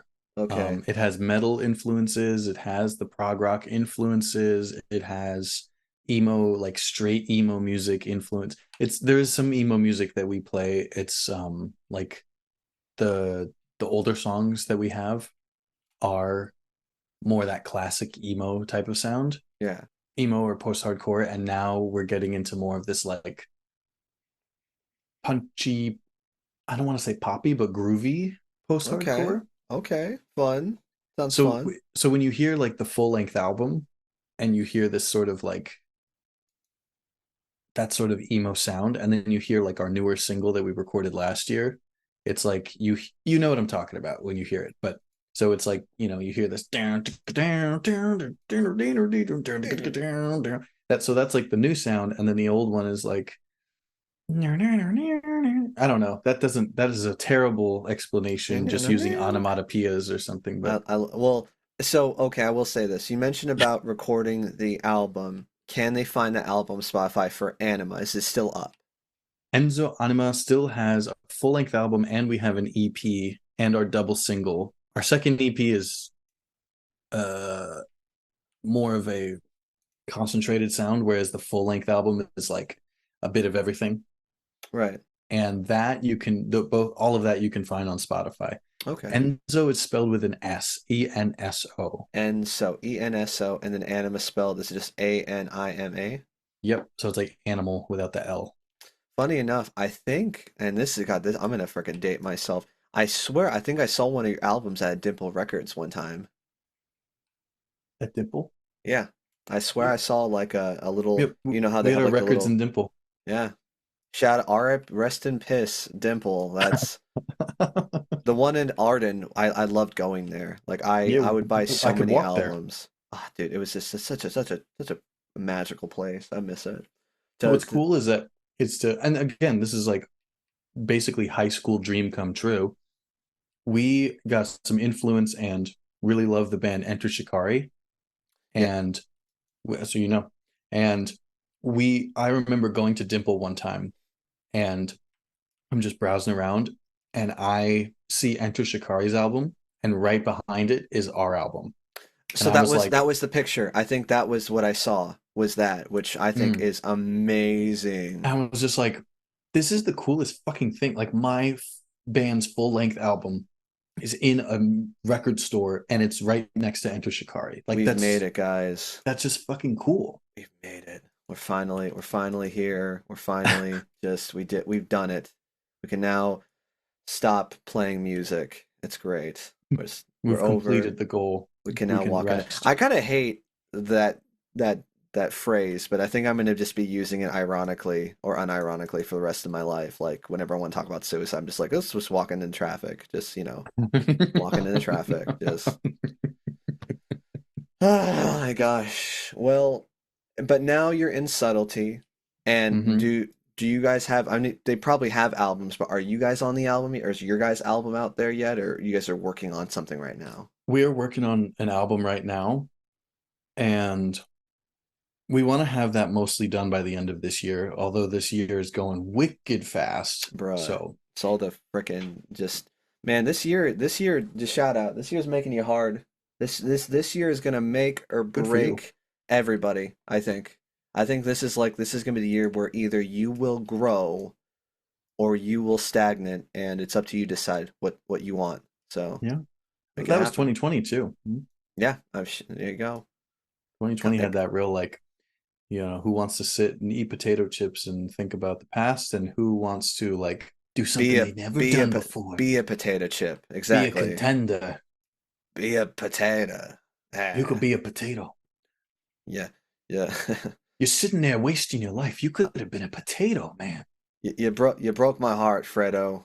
Yeah, you betrayed us. Yeah, it's Godfather You betrayed what you references. stand for. You Love it. betrayed everything you knew. You could have been a contender. You could have been a I potato. could have been somebody. Subtlety, your band. It's spelled kind of like as it's usually spelled Subtley. Yeah, that's one of the beautiful things about being in this band is that I don't have to be like, oh, it's spelled like this. It's like if you know the word subtlety, you Hmm. just and there's a surprising amount of people who are like, how do you spell subtlety? And I'm like, just you're just supposed to know. Yeah, exactly. It's called Google. Just like literally spell it incorrectly and they'll auto spell it, correct it for you.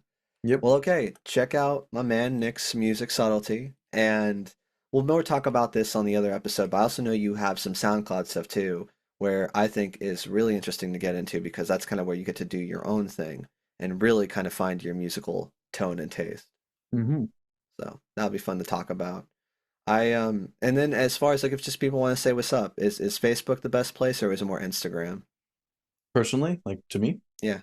um, Instagram's really where I jive now because I got a meme page. I'm a meme admin now. Okay. All right. Um, so So so I'm so where what's your handle, dog? How can all people right. So say what's up? you wanna hit me up? You can go to n Creasure is my personal Instagram. I'm also shit posting on my story on there sometimes. So Creasher. It's my whole name just crunched. And I'll make sure to put it in the description so people can also just click it if they want to, or we'll tag it when we post the episode. So we got you, homie. Sure. Thank you, man. And then And your meme subtle. page. You want to do it like right there. Yeah. And Yeah. then subtlety is you can look up subtlety on Facebook, although we don't really post on Facebook. Instagram is where we kind of more thrive, and that is just at subtlety band. Okay.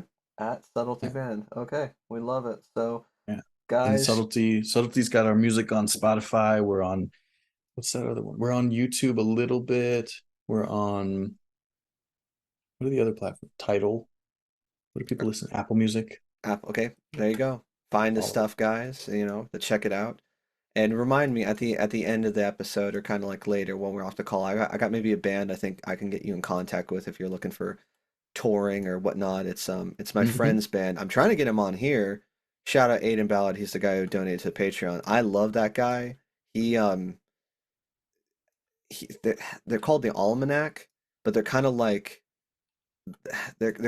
punk rock. They're kind of like pop punk and punk rock, but also they have hardcore elements in there. Mm. It's fun. It's real fun. Like, um, Yeah, like a well, day to remember type of genre. little bit, but Okay, it's kind of like, but then it just kind of circles around and becomes their own thing.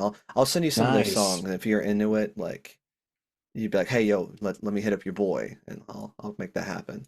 But Hell yeah, normally, this is where I kind of ask if you have anything to end on, but I think actually, if you don't mind, I would like to end on something. Maybe yeah. I can just tell you something. I don't So have a specific thing, so go for it. as far as your story goes, it really hits home because again, I know we don't have another however long this has been, probably 2 hours, probably two and a half, who frickin' knows. But I I also had that very much of like I don't know where I fit in kind of thing, Yeah, where I was always getting critiqued like I'm too loud, I'm too yeah. emotional, I'm not patient enough though, or Did you I'm ever get the you're too quiet and too slow at the same time? oh my God, like As you're not patient enough. You're also too slow. You're also too loud, but you didn't speak up enough. just nothing but contradictions. And come to find out, it's like I did have an ADHD diagnosis, and I think that's where we really bonded because I didn't Oh, get diagnosed until at Vox Pro back in 2019. really? So I was living this constant life of like, what's wrong with me? Yeah, And yeah, very feeling much like I can't, because I get it, man. Because it's like you're just like I don't know. Everyone's like, be unique, be yourself, though. But it's like I keep getting But that's wrong. Like, exactly. It's like I'm not fitting in the piece, and it's so frustrating and so we just have to stupid. be, and then you hear, like, I've literally heard from people, not verbatim, but in some shape or form, that okay, like you got to be yourself. Well, you tried that and it didn't really work. You just got to be yourself in like a different way. And it's like, dude, I'm about to jump into traffic, man. Exactly. This lead I boots, can't fucking do this, dude. Honda Accord, jump into traffic. I'll But find the highest bridge and just jump and fucking middle finger off as soon as. as we were saying, you fucking suicidal son of a bitch.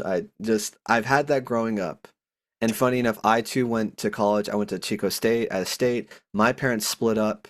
I Mm, started partying. I eventually got academic disqualified. I had to get kicked out. And I've damn, also dude. had, that's what I'm saying, dude. Like we've had just steps where Yeah, it's that's like crazy. I've kind of like, oh my God, like I'm restarting my life, or like I'm kind of I don't know. When you were back in Warwick, did you have like those feelings of like, oh, now I'm back here, or like I'm kind of a failure because I'm back at the place I left? Oh, absolutely. When I dropped out of college, Yeah. 100%. I was literally like got back and was laying on the living room floor like day after day just because I'm like, I am nothing. I have nothing. I completely failed. Everyone else is in college just doing it right. And I am just here, just sucking. It's consuming, and then I've tried jobs, and then I tried relationships, and I didn't realize like the trauma or like just Mhm. the pain I was carrying though. So Yep. I didn't get to 5150, but I had some walking in the traffic ideation. And I didn't have a plan until much, much, much later in my life though, but it was to the point where I was like, man, I'm getting really hopeless and doesn't feel Yeah. like it's getting any better. And eventually, and funny enough about the job situation, I couldn't stay longer than a year and a half anymore. I just feel like I'm wasting my time and I've wonder why the hell can I do school? Like, what am I just right. stupid? But they say I'm smart, but I can't Right. focus. They say And I'm smart, and yet everything points to me looking real stupid. Like, then I finally make it make sense. shout out to Rebecca because it was actually like, and I'm not trying to snitch on her, but she let me try some of her Adderall, and I've used it before recreationally and abused it to the point where like it's not fun and I'm having panic attacks. But I took a pill and it just things clicked. I'm like, oh my Hmm. God, all the issues I've had, I can now focus. Yeah. Like my voice is quiet now. I feel like I can just do my job and I don't have this sense of like longing for something that's far away. Can I And ask, did you take one before this? every day. Well, I would say before this, I took it in probably like the start of 12. So Okay. if anything, I probably came down. But no, this has just been Yeah. just us pure hashing it out. Like you've been very hypnotizing. So no, I haven't needed it. I've been able to just focus and take care of it. But no, just I guess to kind of come around to everything is why you were special to me was because now I see it more than anything that like we literally were like the same person. And even though Mm. we couldn't see our beauty, and all we can see is just what's wrong and what's ugly and our scars.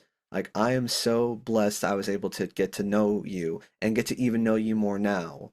And my challenge to the audience, I will say, is keep trying, whatever that looks like.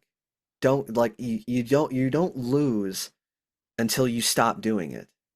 Like keep Yeah. looking, find something because like I'll be frank, I to do this cast, it's very like I have to constantly fight the voices saying I'm not good enough. I think I'm getting to the point where I'm finally like, okay, the imposter syndrome is gone because I see it now.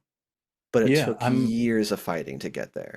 I think with the with band stuff and then with my solo music and with even just putting myself out there in any shape or form, it's there's been enough of that experience now that I'm like, listen, I if I want to do these things and put stuff out there, just you just make it and you make it the best you can and then set some kind of deadline that's like just you're not going to work on this forever until it's perfect. You're going to work on it until, this month or something. And then just, you're going to throw it out there and you're going to forget.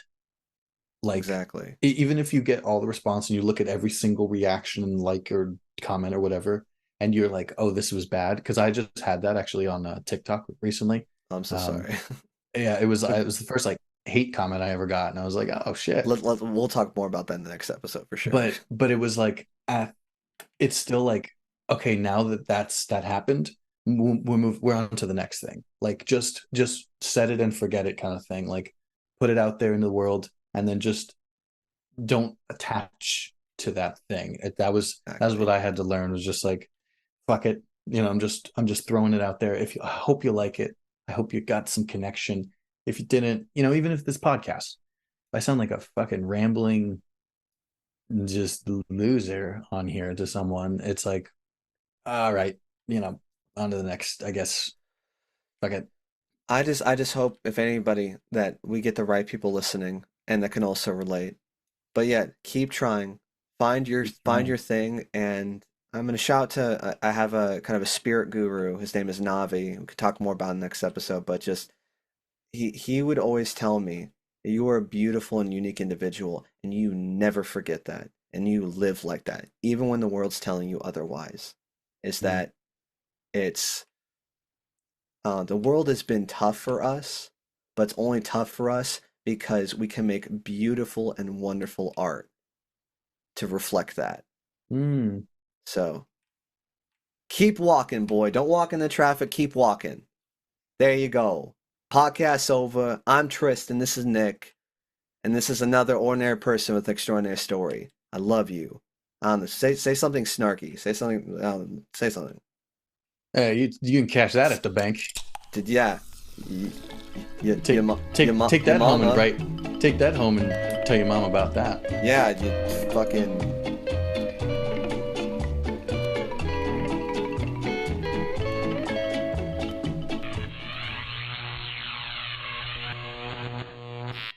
Thank you for listening to another episode of Ordinary People, Extraordinary Stories. If you're interested in helping the channel, feel free to click on the link below to get access to our Patreon, where we have exclusive episodes and clips not shown to the public. And of course, if you believe you yourself have an interesting story to tell, or know somebody who would be great for the show, feel free to email me back at OPESpodcast@gmail.com. That's OPES. That's the acronym for the show, Ordinary People, Extraordinary Stories, OPES, podcast@gmail.com. Thank you, everybody, and until next time.